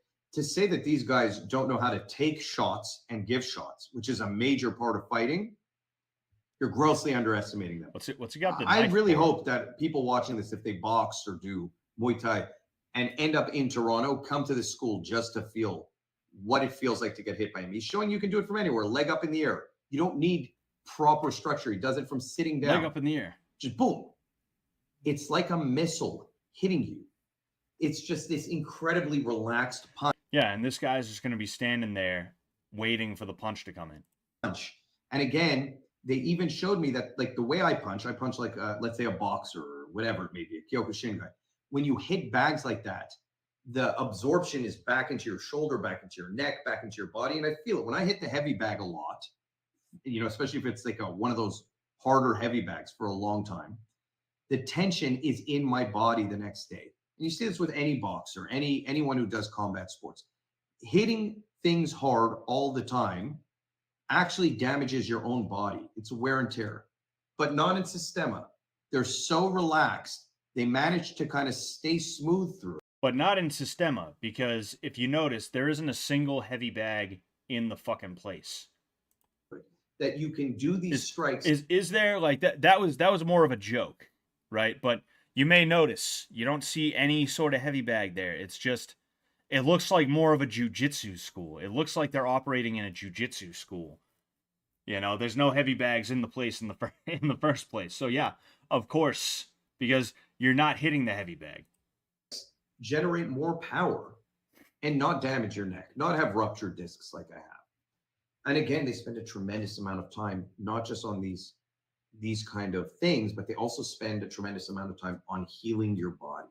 And again, don't take that for granted. I'm trying to tell you guys, like, this really opened my eyes today. I really actually love Systema as a supplemental style. I don't say a lot that I would go out of my way to train something, but again, it's so rare for me to find something that challenges the way I move, challenges the way I've been training for 26 years, 27 years, whatever it may be, and says, hey, just try this. It's completely different, and it will complement what you do. It will benefit what you do. He's talking also about here how you want to invite people in. You don't, when you get in a fight, you don't want to be like two deers that are clashing at each other, whatever animal that may be. You want to invite people. This is a good self-defense concept. You want to appear non-threatening and allow people to walk toward you and then kind of just pop at them and hit them. And he shows it right now, right here. Look at this. He's just kind of walking back casually, and he's just hitting from wherever his arm is. Okay, you can see he's inviting in. Now, again, this may appear casual. It may appear simple and stupid. It's actually a very good principle for fighting. I actually support this principle of invite people in, bait them. Now, look, you want to talk about? So, like, if your main goal is to get into a street fight, then yeah, invite somebody in. But me, even as somebody who, you know, I don't have a name for what I do. I've developed my own little way of doing things, right? I'd love to form my own brand based around this. And this first video series, this first video course that I'm working on is sort of the genesis of that, I guess you could say. It's something that I am working on doing. I'm in the early stages of that, right? But, like, for me, my street fighting stuff is not about trying to bait somebody in so that I can fight them. My street fighting stuff is about trying to avoid a fight, but if a fight happens, you completely and totally immerse yourself into it. It's not just like, pepper spray them and then run. It's like, no, I'm trying to like legitimately like put this person in a state where they either don't want to fight anymore and they're like, no, hey man, my bad, sorry, right? And they're not a threat to you anymore, or they are so beaten down that when you run, even if they try to chase you, you're gonna have an extra like 3 or 4 seconds to get ahead of them, right? This right here is like that classic power fantasy, right? Because that's what these guys are training here right this second, is a power fantasy about, yeah, this guy, I'm gonna be at the bar and I'm gonna tell him, hey, don't you bother that woman. Is this guy bothering you? And then he's gonna walk over and he's gonna be like, why don't you mind your own business? And he's gonna walk towards me and I'm just gonna take a step back and he's gonna think I'm scared, but he has no idea I have the secret. I have the Systema. And then I'm gonna, oh, yeah, shouldn't have messed with me. That's what this is right now. That's what these guys are practicing for. And is it effective? Yeah. Sucker punching somebody, regardless of if you have the best form in the world, is pretty fucking effective. It's pretty great. All right? It's a good way to win a fight before it even starts. But it's also a really great way to be an absolute scumbag who potentially kills somebody. And that's what this is. And that's my issue. And that's like, I talk about this a little bit every now and again. A lot of these systems are just sucker punching systems. That's what they are. That's what rat fighting is. I showed you a little bit about rat fighting, rapid assault tactics. That's what, there was this one, I forget what it was even called, but I did a video on it like last spring. There was some guy, he was like, oh, these techniques were lost until an underground street fighting club that took place in a church in New Jersey. in fucking New Jersey, they rediscovered them and they passed them down, and I'm here to teach them to you so that you can be the deadliest warrior, right? That's what they are. It's just like, what's the best way to sucker punch somebody? What's the best way to hit somebody who's not actually really trying to fight you in that moment? And we've reached that point. We've reached this part. We've reached this part where the mask is coming off and they're like, yeah, it's really about just trying to sucker punch people. About being able to take shots. Now you can say, okay, I don't like your body mechanics for your punching line. I don't think you're punching properly. I don't think you hit hard. Yeah, he's not hitting hard. You can see he pulls the punch, right? For one thing, taking a shot to the body like that is not as hard as it seems, right? It hurts, but it's not going to kill you, you know? But in addition to that, look at how he pulls the punch. Now, the mechanics of his punch is good. It's the way that he's pulling the punch because he's trying to be a polite guy. And I don't think he even realizes he's doing this. And that's what happens with a lot of these martial arts cults. This guy, the more I've watched this video, right? The more I've watched this video, the more I'm realizing I think he is just kind of the newest member of this cult that's led by Vladimir Vasiliev, right? Just look at the way he's punching. I don't think he realizes. And if he does, it's just something in the back of his mind where he's like, yeah, all right, pull the punch. Pull the punch. All right, pull the punch. You know? But go ahead. Mechanics for your punching line. I don't think you're punching properly. I don't think you hit hard. You see how, right? So, he's throwing a right hook. I'll show you a left hook, right? I'm about to punch the shit out of this thing. This is the way he threw. That's the way he threw. If I was going to dig a body shot, this thing's actually a little bit hard. I'm hoping I don't hurt my fucking knuckle on this. But if I was going to throw a body shot, I wouldn't go like that. It'd be, you see the difference where I actually dig into the thing, right? You saw the difference where it was there versus actually bang, really letting him have it, really dig in that body shot. He did the first, All right, I did the second, and I want to say I apologize. I apologize, my friend. But that's what happened, and now he's sitting here like, oh man, dude, wow, like he totally took that punch and he didn't even get hurt by it. That's crazy, dude. Whoa. Yeah, of course he didn't, because you were being a nice guy. You were being a nice guy. And these guys are taking advantage of you being a nice guy who doesn't want to beat the hell out of people, right? To be like, you see, my system works. My systema works. And again, that's the way that like cult members will behave when it comes to these martial arts cults, is like they just kind of go along with whatever the leader says. And then they're like, wow, yeah, it actually does work, because they're just trying to be nice. They're trying to placate the guy who, they should be like not dealing with in the first place. And if they are dealing with them, they should be like, no. This dude should have absolutely dug the fuck out of that body shot. He should have blasted this motherfucker. And you would have seen, he wouldn't have been able to be like, he would have been, that's what would have happened. It's crazy. Let's see if he hits him with another one. What you say, I'm torquing my hip. I'm throwing closed fist. That one was a little bit harder, but he's still not digging it. Not hurting him. That was a little bit harder there. You think you can take that punch? Again, I'm throwing though. Right under his solar plexus, and look at that. You see, and now he's like, uh-oh, Master Vasiliev is throwing. I better, whoa! It's like, holy shit. Look at the difference. And if you think he's faking it, I felt it today. He's not faking it. I'm trying to look at the difference. You take that punch that I'm throwing right under his solar plexus, and look at. You see how he gets hit? He gets hit, and then he does a nice little slap out. It's not, it's, oh. It's like, nah, dude. Like, inside fighting, I don't think you're watching this. If you are, you probably clicked off by now. This is about to be a long video when I do cut it. Like, this is,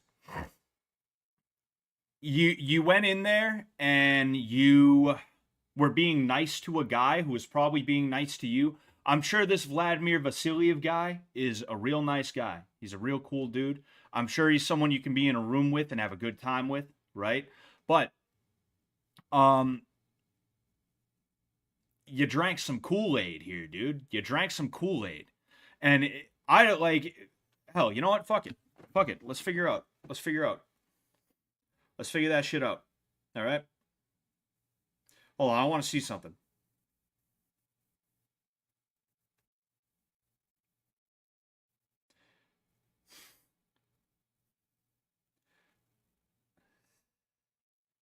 All right, for some reason, I type in Systema on Google Maps, and it gives me a place in Los Angeles. Near me.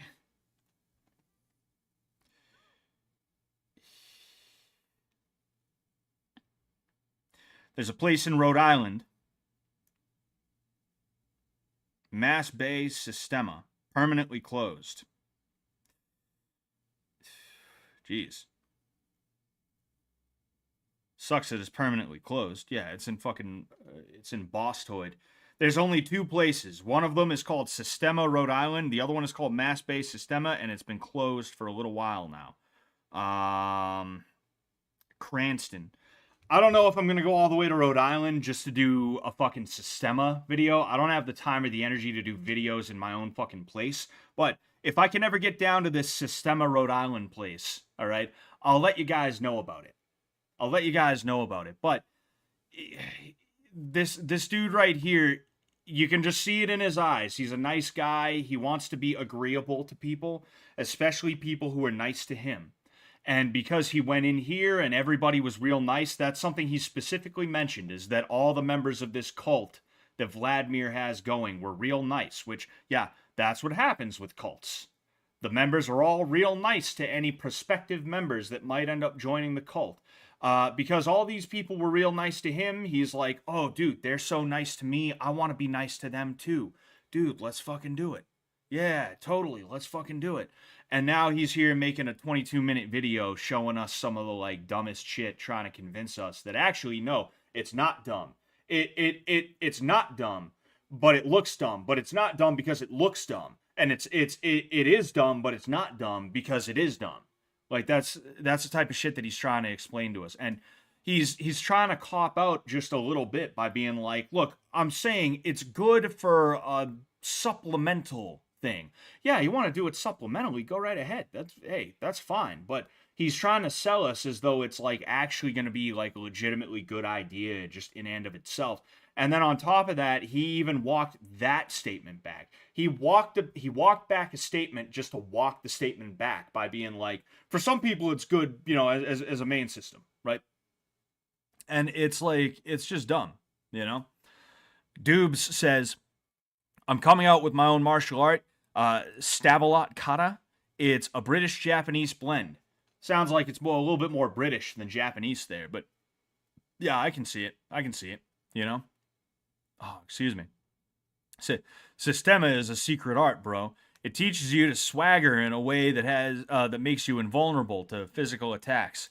Yeah, it teaches you to have swag. It teaches you to have swag. These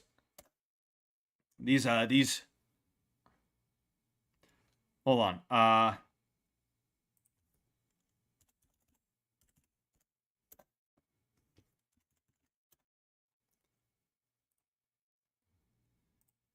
This is right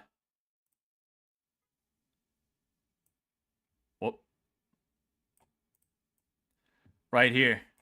Right here we got a master of Systema. Right? In Aesthetics Wiki, African American music, for more fashion, 2000s, 2010s internet. Oh boy. We have a master Systema artist here. A master. Right here. Man. No, but I get what you're saying, like, because I've seen guys in Systema and they're like, you see, all you got to do is be relaxed. All you got to do is be relaxed, and when someone comes in with the knife, you don't try and move away from the knife like that. You don't move into it. You just kind of, you let it hit, and then you're like, what? You turn with it, and then the knife doesn't get you anymore. That's the way that they try and convince you that they work. You know, that's the way they try and do their shit. And it's just weird and annoying, you know. I just got a text. I want to make sure here. Oh, all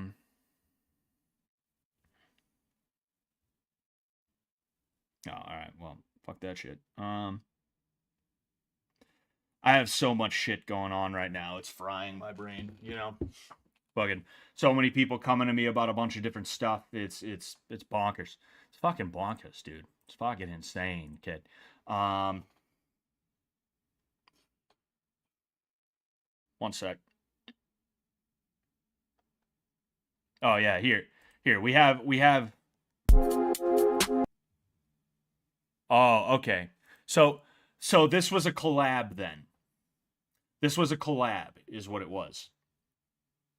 I found you can see the Hey guys, it's Elon from Inside Fighting, and that's what this was. It was a collaboration between two YouTubers, is really what it was, okay? How to punch, fear of contact against low kicks. All right, this is a nice this is a shorter one that we'll go ahead and we'll so, you know, I didn't want to watch a 20-minute how-to on throwing a punch, right? You know, this nice little 6-minute, I'm sure it'll be quick and we'll see it. You try to see if you can also attack him, for example, like to hit him with your arms, because arms usually you can work with arms to hit him with your arms. Hold on. Let's go back to the first one, right? Let's go back to the first one. When the person starts to attack you, you try to see if you can also attack him, for example, like to hit him with your arms, because arms usually you can work with arms like that, so you can, you know, hit him. It's not going to happen. Even if you elbowed his leg like that, you're still getting kicked. You don't have the timing or the power to be able to actually knock him over the way that he did. And this is what happens with a lot of these things, is even if, right, because even if you're working with like techniques that you would actually see, like if this dude threw a low kick, right, he doesn't actually want to hit this guy with the low kick. and he's going to take the cue. He's going to know, okay, the instructor's attacking me right now, so I should probably pull this low kick so that he can actually show the attack. And that's the trap that a lot of people get into with these more realistic looking bullshit martial arts exhibitions, is because it's all agreed upon prior to, whether these guys had a real whether this guy right here had a real conversation with this guy, or if it's all just implied. There is an understanding between these two that this guy is going to throw the kick, but he's not actually going to try and land it hard. This guy is going to defend the kick, and he's going to do it a little bit harder, right? And then you get that You can weird also shit. hit because it's soft flesh enough here just to hit. If you right-handed, if left-handed, you need to hit. Give him the old sack tap, right? No, but again, like low kicks, it takes a few low kicks to really start feeling. It takes a few low kicks to really start feeling it on the leg, right? And right now, you're taking a low kick and you're throwing a punch at his leg. And especially the way, right? The way To hit. all his weight is on this front leg. That's going to make this low kick hurt that much more. Okay? So you might be punching him in the thigh. He's kicking you in the thigh in a much more powerful way. And you're going to get the worst of that. That's just the way that it's going to be. Not to mention the fact that you have to try and time that to begin with to make it okay. And then on top of that, your fucking hands are down. So who says it's always going to be a low kick? How do you know he's not going to throw a low kick or two? You're going to go ahead. You're going to, I got him in his thigh. And then the next one ends up coming up over the top, and he plants it right down on your neck. That's what's going to end up happening every time. If you right-handed, if left-handed, you need to hit and right away move like that. So it means try to avoid any work. So it means try to using your hands. Some people react with arms much faster than react with legs. Some people react. Some people react better than with legs. You need to see how you react. Hit with the elbow, but you hit in such a way just to bring this movement a little bit. So one thing I want to highlight, right? And I always try to be careful when I'm talking about people, right? It's one thing talking about this guy. You notice I'm not making fun of his looks or anything like that. I'm not even really making fun of himself, right? I think he's a cult leader, and I think these are all cultists that are all around him. Look at all these people, right? Look at all these people. Do they look like killers? No, they don't. There's a couple of guys in here. This guy, this is a young gun. Nice jawline, right? Probably has broad shoulders about him, right?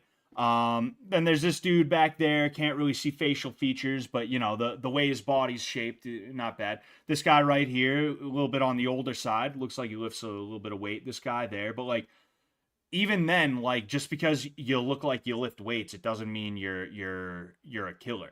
Right? Just because you got a square jaw doesn't mean you're a killer, right? Most of these people just look like they either A, got robbed once and now they're scared, or B, they're like, what if I get robbed?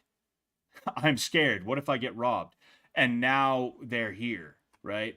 These are not athletes. They're not people who are trying to become more athletic. They're not people who are trying to foster a killer mindset, the type of killer mindset that you absolutely positively need to do damage to somebody with your bare hands. No, it's people who they are trying to replace any semblance of the warrior mentality, the warrior spirit, the warrior way of looking at and doing things with just punch him in the thigh, give him a Charlie horse like you're back in the 6th grade. That's what's happening here. That's what's going on. These are all people who, if you brought them to an MMA gym, they wouldn't like it because there'd be a little bit too much testosterone and people would actually be getting hit in the face for real. So instead of just toughing it out because it's going to be good for them, because they're going to be better for it, they're here. They're here, right? And that's what these are for. That's what Krav Maga is for. That's what karate is for. I train a guy right now, right? Really nice guy. And I don't want to shit all over his school, but he tells me that like there's times where he has to spar with like 13-year-old girls and stuff like that, right? And it makes it a little bit weird for him. And that's because 13-year-old girls and middle-aged women and other people of that ilk, right? They love the idea of Krav Maga because instead of actually learning how to fight for real, instead of actually fostering that mindset, that killer instinct, and being able to put some violence in your violence, as the great Ramsey Dewey says, they want to replace it with groin kicks. They want to replace it with, all right, you're gonna here to the leg and then stick an elbow out. You're gonna hit him with an elbow. That's my Russian accent. That's my Russian impression. And it's just ridiculous. The black guys making sure no one leaves. Yes, the two black guys right here, the two brothers right here, all two of them, making sure nobody leaves. Exactly, they're the cult enforcers, is what this is. Bit more down, so it means if the heating comes slowly, like that, right? So what you apply work here, it's like all this power comes to the knee, not as much to the feet. A little bit harder, because a couple of times you need to give him a chance to feel it. Oh, it works, otherwise not. See, if you work like that, it means I show for. Stay here. See, I show whatever, like that, just for sound. But when you hit, after that, some people cannot work. You notice how he said sometimes you need to go a little bit harder. Talking about the guy throwing the punch. You notice how he didn't say anything about the guy who's throwing the kick? The guy who's throwing the kick still throws at that pace where fucking he's gonna allow him to actually hit him like that. We got young blood over here throwing up his set right here. You can see him, but it's just not. It's not going to work because it doesn't operate off of the presumption that this guy is going to be actually really, for real, trying to fucking slam into you with his leg. And it matters because, for one thing, when that is going to happen, there's an adrenaline that occurs. But then on top of that, you need the timing. You need the timing to be able to fucking land what this guy is trying to show on somebody who's like, I gotta land my kick as fast and as hard as I possibly can, and again, that's part of the problem that karate and other things have is, in theory, these are some good ideas. In theory, the way that they're throwing is not like the worst in the world, but what happens when somebody, it's not even just that they're not letting you do it, it's also that they're trying to land whatever they're trying to land as soon as possible. And a good way that kind of plays out in Muay Thai, right, is I'll show you. We're going over everything today, guys. You guys are going to know how to fucking fight, like, full on by the time I'm done with you. But catching kicks, okay? So when it comes to catching a kick, I got to be careful because I don't want to jump into anything here by mistake. But when it comes to catching a kick, right? So I'm here. What I want to do, according to the kosher way of doing things, if you will, is when somebody throws a kick in my midsection or even my leg, I want to move with the kick and catch. So it's going to be like that. I come over here to catch the kick in here, and then with my arm, right, I like that. I've never seen anyone do that. Not once. I've seen dudes in one championship. I've seen dudes in Lumpini Stadium catching kicks and stuff like that. Typically what happens is the guy catches them off guard. They throw a kick up at the midsection, and they basically just get hit by the kick. But in turn, they catch the kick. So they're here, right? They're like, whoop. They just catch like that. And they take whatever damage is going to occur, right? And that's just that. Because they don't have the timing. They don't have the ability to know that the kick is coming in until the kick is actually coming in. So they don't have the ability to go from tap, tap, tap, tap. What? To actually catch the kick. It just doesn't work out for them, right? And sometimes what you'll see is guys who they turn in just a little bit so that the kick is landing more across the flat of the back so that you aren't getting hit as hard, right? It's dissipating across the flat of the back. There's some people that I've seen who, if they do catch, if they do see the kick coming just a little bit sooner, they might be like, oh, right? They might come here like that. Maybe they'll come over here just in case it ends up being a head kick, right? They turn, they kind of lean back a little bit, they catch, and then the hand comes here just in case they were wrong and it was a head kick, right? I've seen that like a couple of times, but I've never seen someone actually move with the kick in that way because it's too hard to see the kick coming. You're not going to see it coming. And it's the same issue here, right? That's like if you took that little sliver of the problem that Muay Thai has with catching kicks and you applied it to a whole martial art is what this is right here. Too much. So it's better. It's better this way. You need to relax the person. But anyway, first you check reaction of your arms. Pocket sand Then you on check that leg kick. reaction Hell yeah. of your arms with movement. Fuck, So it on means that when you leg start to kick. apply the work, say I move, and I try to put you down. When What? Fuck. no, stay here. See, I try to work with this because you can go like that if the person attack you. So if you want to break his leg, right? If you want to break, you just sit with him, click. That should be very fast, like fast. It means you just no, I'll show slowly. Yeah. And usually you hit back or neck area. I don't think I need to even say anything there. I don't think I need to say anything. I think you guys. I think it's self-explanatory, right? I'm getting like ASMR from this guy. I'm gonna be honest with you. He has sort of a soft-spoken way of saying things out loud, and then on top of that, his accent, and then the way he's moving. Like I said, I was getting visual ASMR from watching him earlier, right? Now I'm getting like legit ASMR. I'm like, this is nice. I don't know. Maybe that's what this is. Maybe these guys are all just in an ASMR martial arts cult.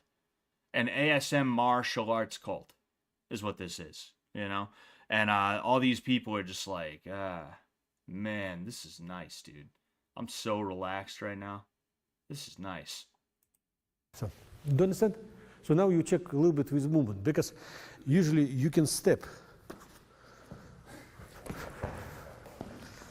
It's funny because that one right there, you've actually seen that. Tom Aspinall likes to do that. He'll see a kick coming up and he'll throw a teep to the grounded leg.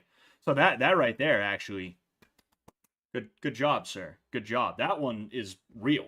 You can do that. It's just funny as hell.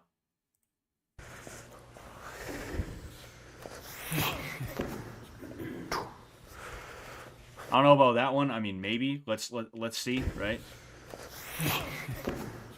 Yeah, you see that works because he was coming up with the knee prior to this guy actually throwing. You can see, right? He gets back up.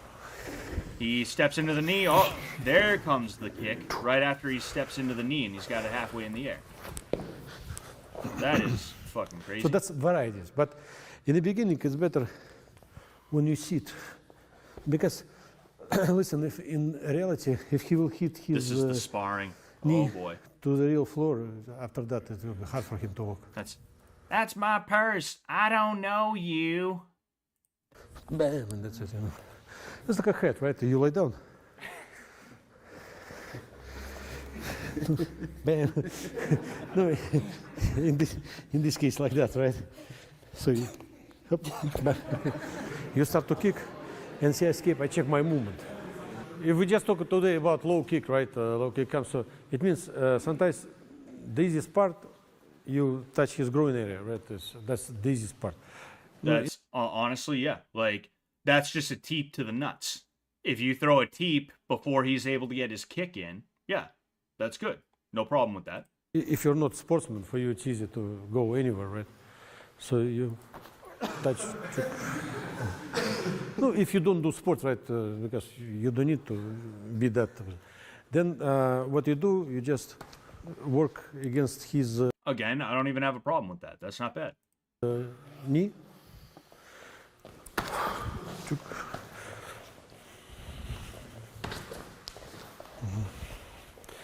Again.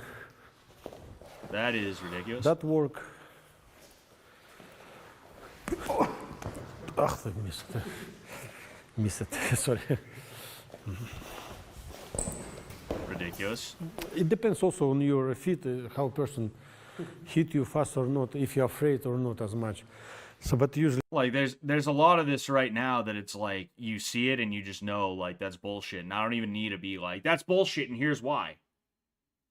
Like that right there wasn't even the worst. I want to hear what he has to say about it though. I want to hear what he has to say about it, okay? So this obviously is if somebody throws a kick and you get out of the way, you can then dart back in and take advantage of it, obviously. But I want to see if there's anything about what he just tried to show, Usually- which was like a pseudo takedown. if it doesn't work, you need to check ability for you to Slav move. Krav He Maga, comes, Slav Maga. you Yes, sir, move, torture room. You see that you escape, apply the work like that. So what he tried to do was take him down by using a scissor takedown, right? Or that's out of like, I'm pretty sure that's what they call that. I'm not big on that kind of takedown, but that's actually like a very common takedown. You see that across a bunch of different martial arts from a bunch of different cultures where you put a hand on one side, right? You put a hand on one side of like the head, right? And then you take your leg and you step around to the other side and you try and throw his body over the leg, right? So like if he did that, that's fine. I don't know what this dude was doing trying to turn back in. I mean, I guess he was doing the smart thing. You don't want to sit there and allow somebody to do this, but I guess with that, I don't have an issue, right? The theory behind it, what he was trying to go for, probably, I don't really have a big issue with. But it's better for you to see if you can move right, towards him, away.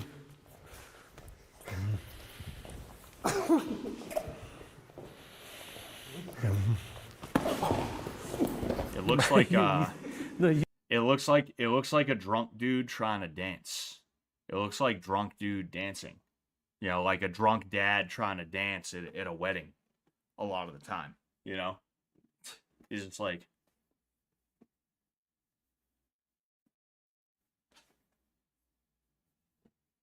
he's doing a lot of that, I've noticed. usually it's when the hit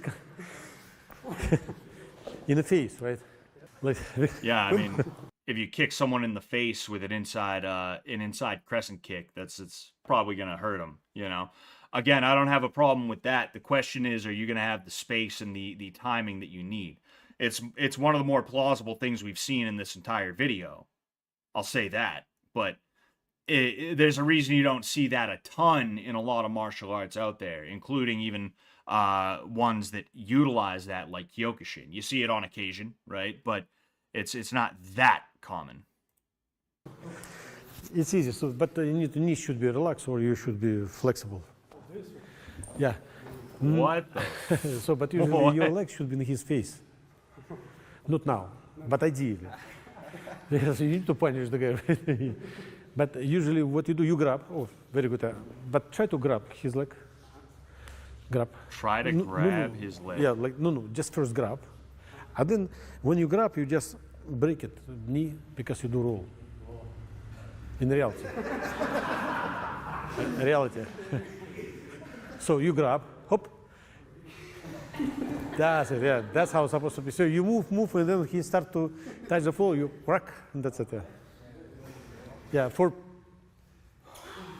yeah, whoa, that's very good. Information purposes only. But if you're not ready, kicks comes, so try to escape. See how you can move. When the movement comes, right, you lift it. Hop. Yeah, so it means you do that. There's a always lot double of work I've noticed inside. Yeah, like, there's a lot of attempted stepping on feet here. Like there's been more than a few of these where in the middle of the move he puts his foot down hop. like that because he's trying to simulate stepping on the guy's foot. right? Which is funny because on one hand, like if you step on someone's foot and you push them, yeah, they're probably gonna fall over. If not, they're gonna stumble. But like, there's a lot of like just pointless foot stepping, you know? Yeah, so it means you do that always double work inside. Yeah, like that. Shoot, shoot, shoot, shoot. Whoa. But most of the time you start from hips moves. Yeah, usually you start like that and it's already balanced. When you move your hips, it's no balance anymore. It's like a stability. See hips up and see that. You can easily to move. Right? And when you start to lift your leg, it's fine too, but it's different things. Hips is fine, yeah. You start to attack, see, oh.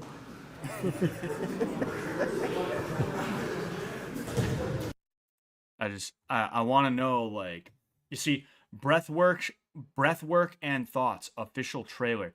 This has I'll move this out of the way. Breathwork and thoughts official trailer by Hoi Chan. This has some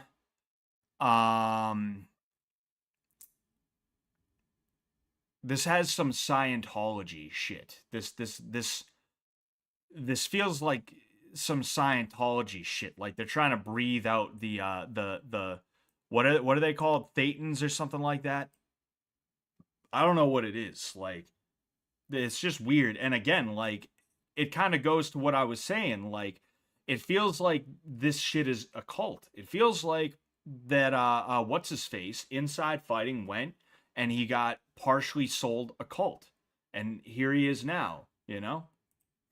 Thoughts and breath work are interrelated. But you relax, I have tension in my feet. That's it. That's it. You should have it's a very small feeling. Okay? Then Jamie, you just relax too. Create pressure, right? What? What? Just tight pressure.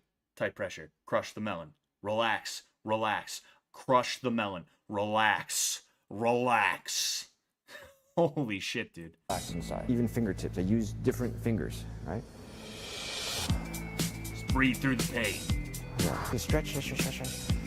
And then breathe out. One step. Okay? I tell them to stretch the sides of it. I'm stretching from the top of my head. Tension in our eyes, right? You want to feel it? Don't think about it. But you're going to have tension somewhere else. That could be your back. Man. That was stomach tension. Relaxation here, right? See? Oh yeah. All right, okay. Streetwise against the knife. We're gonna check this one out for sure. But like, again, you see how like it feels like this is cultish to a degree, and this right here is just like it's just weird. It's just weird. Like I don't even have to tell you any of the weird things that happened here because it was all so apparent, you know? When you practice how to work against the knife, you can divide this situation for 3 levels. One of the level when the person start to maybe has a knife in the package and start to draw the knife, and you grab the package and not allow him to move the hand away because you hold his clothes, but you hold that that area here, not allowed him to do this. Then after that, usually what. So, in theory, this isn't a bad idea. If he can't pull the weapon, he can't use it. But if he wanted to, he could pull the weapon out. You know, I mean, he's got a knife. If it came down to it, he could cut through his own fucking thing to try and pull the knife out. Now, obviously, you're not just gonna grab and then be like, "Hee." You want to grab and start throwing punches, but even then with the grab, you're just letting him know that he knows you have a knife, so he's gonna be that much more intent on whipping the thing right out, you know, and that's what's gonna end up happening here. This dude, like I said with the other guy, he knows that his instructor doesn't want him to pull the knife out, so he's not gonna pull the knife out. But if it was me and I was like, pull the knife out, or if I was like, that doesn't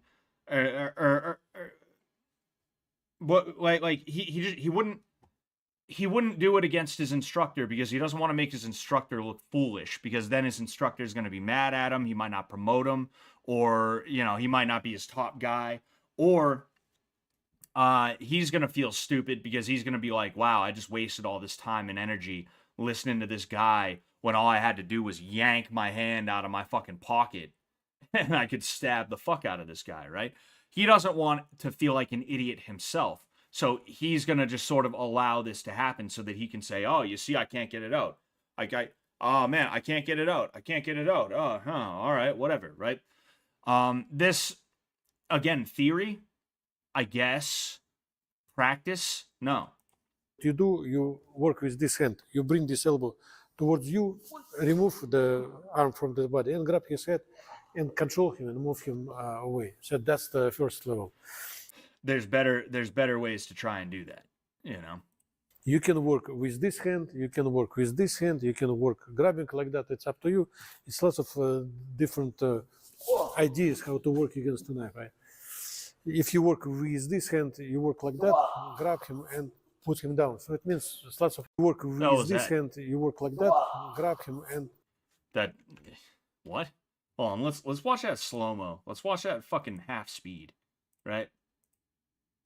Right. If you work with this hand, you work like that. I mean, yeah, like the way his arm is being torqued, it might, in theory, pull him over like that, but it's not going to be so sudden that he's like, "What?" that he dry heaves on the way down. Grab him. Especially there's nothing stopping him from moving out of there. There's nothing stopping him from stopping that. Put him down. So it means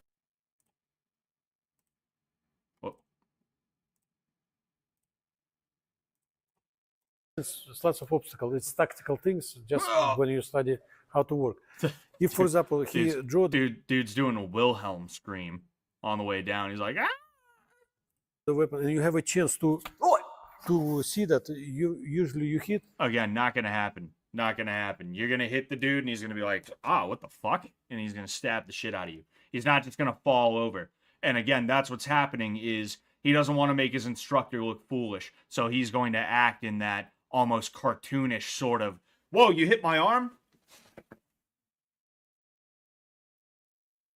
You know, he's gonna ragdoll like it's an Oblivion kill, like he just killed a bandit in Oblivion. Where his arms start to be out of balance a little bit, because when he showed and he stayed, the arms start to be out of balance. It's easy to hit and put the person down. If he's already drawn the knife, or you need to know how to protect yourself by moving your legs, move away or run away. It's up to you. You can. See, it's funny. He's in so much pain that he has to be like, and then he just gets back up and he's like, all right. Also, divide this position. When you start to protect yourself like a home, you create home around your body. So it means this arm start to be like a wall. Because when he start to stab me, I make at that moment when he cannot come inside my body.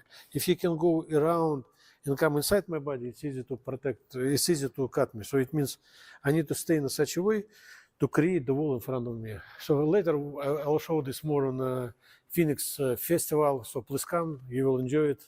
So I'll be honest with you, I zoned out. I was getting that ASMR again. I wanna watch this part again, right? Okay, so start to be like a wall.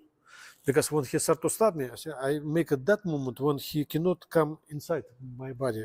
If he can go around and come inside my body, it's easy to protect, it's easy to cut me. So it means I need to stay in such a way to create the wall in front of me. So later I'll show this more on Phoenix. See, that's not going to work because somebody is going to go 1, 2, 1, 2, 1, 1, 2, 2, 1, 2, 2, 1, 1, 2, 1, 2, 2, 1, 2.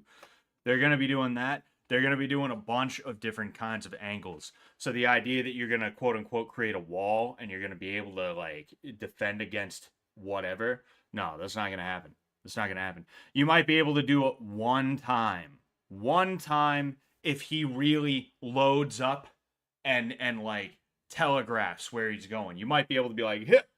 But outside of that, it's not going to happen, right?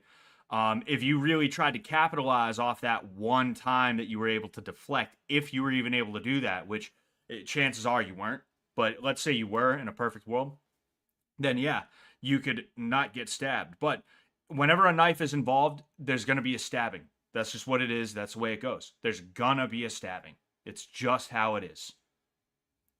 Just is how it is. I don't know what to tell you, you know? And it's just foolishly like it's foolishly suicidal almost. It's suicidal almost. You know, that's not how fighting works. I don't care what your theory on everything is. It's not how that works, you know? But man, that is ridiculous. That is ridiculous, you know? Anyway, I think I'm going to get out of here, okay? If you are watching right now, thank you. All right, thank you wherever you're watching, whether it's Twitter, whether it's YouTube, whether it's Twitch. All right, I had a few people, you know, chime in from all of those. Thank you for watching. I'm going to be streaming tomorrow on YouTube and Twitch. We're going to be doing an Oblivion playthrough. Maybe we'll do Twitter too, just to advertise the fact that we're doing an Oblivion playthrough, right? Maybe, but we're gonna mainly be doing that on YouTube and Twitch. Okay, so tune in on one of those two. I would really appreciate it. Okay, and yeah, you know, we'll go ahead. We'll do our thing. We'll do our thing. We'll have a good time. Thank you for tuning in today. This was just a random stream I decided to do because I figured, hey, like let's go. Let's do it. I didn't have I had a big stream yesterday, but not a long stream, so I had a little bit more stamina, and I have the time on my hands, so I did it. I will talk to you guys all later, though. Okay, thank you so much, and peace out.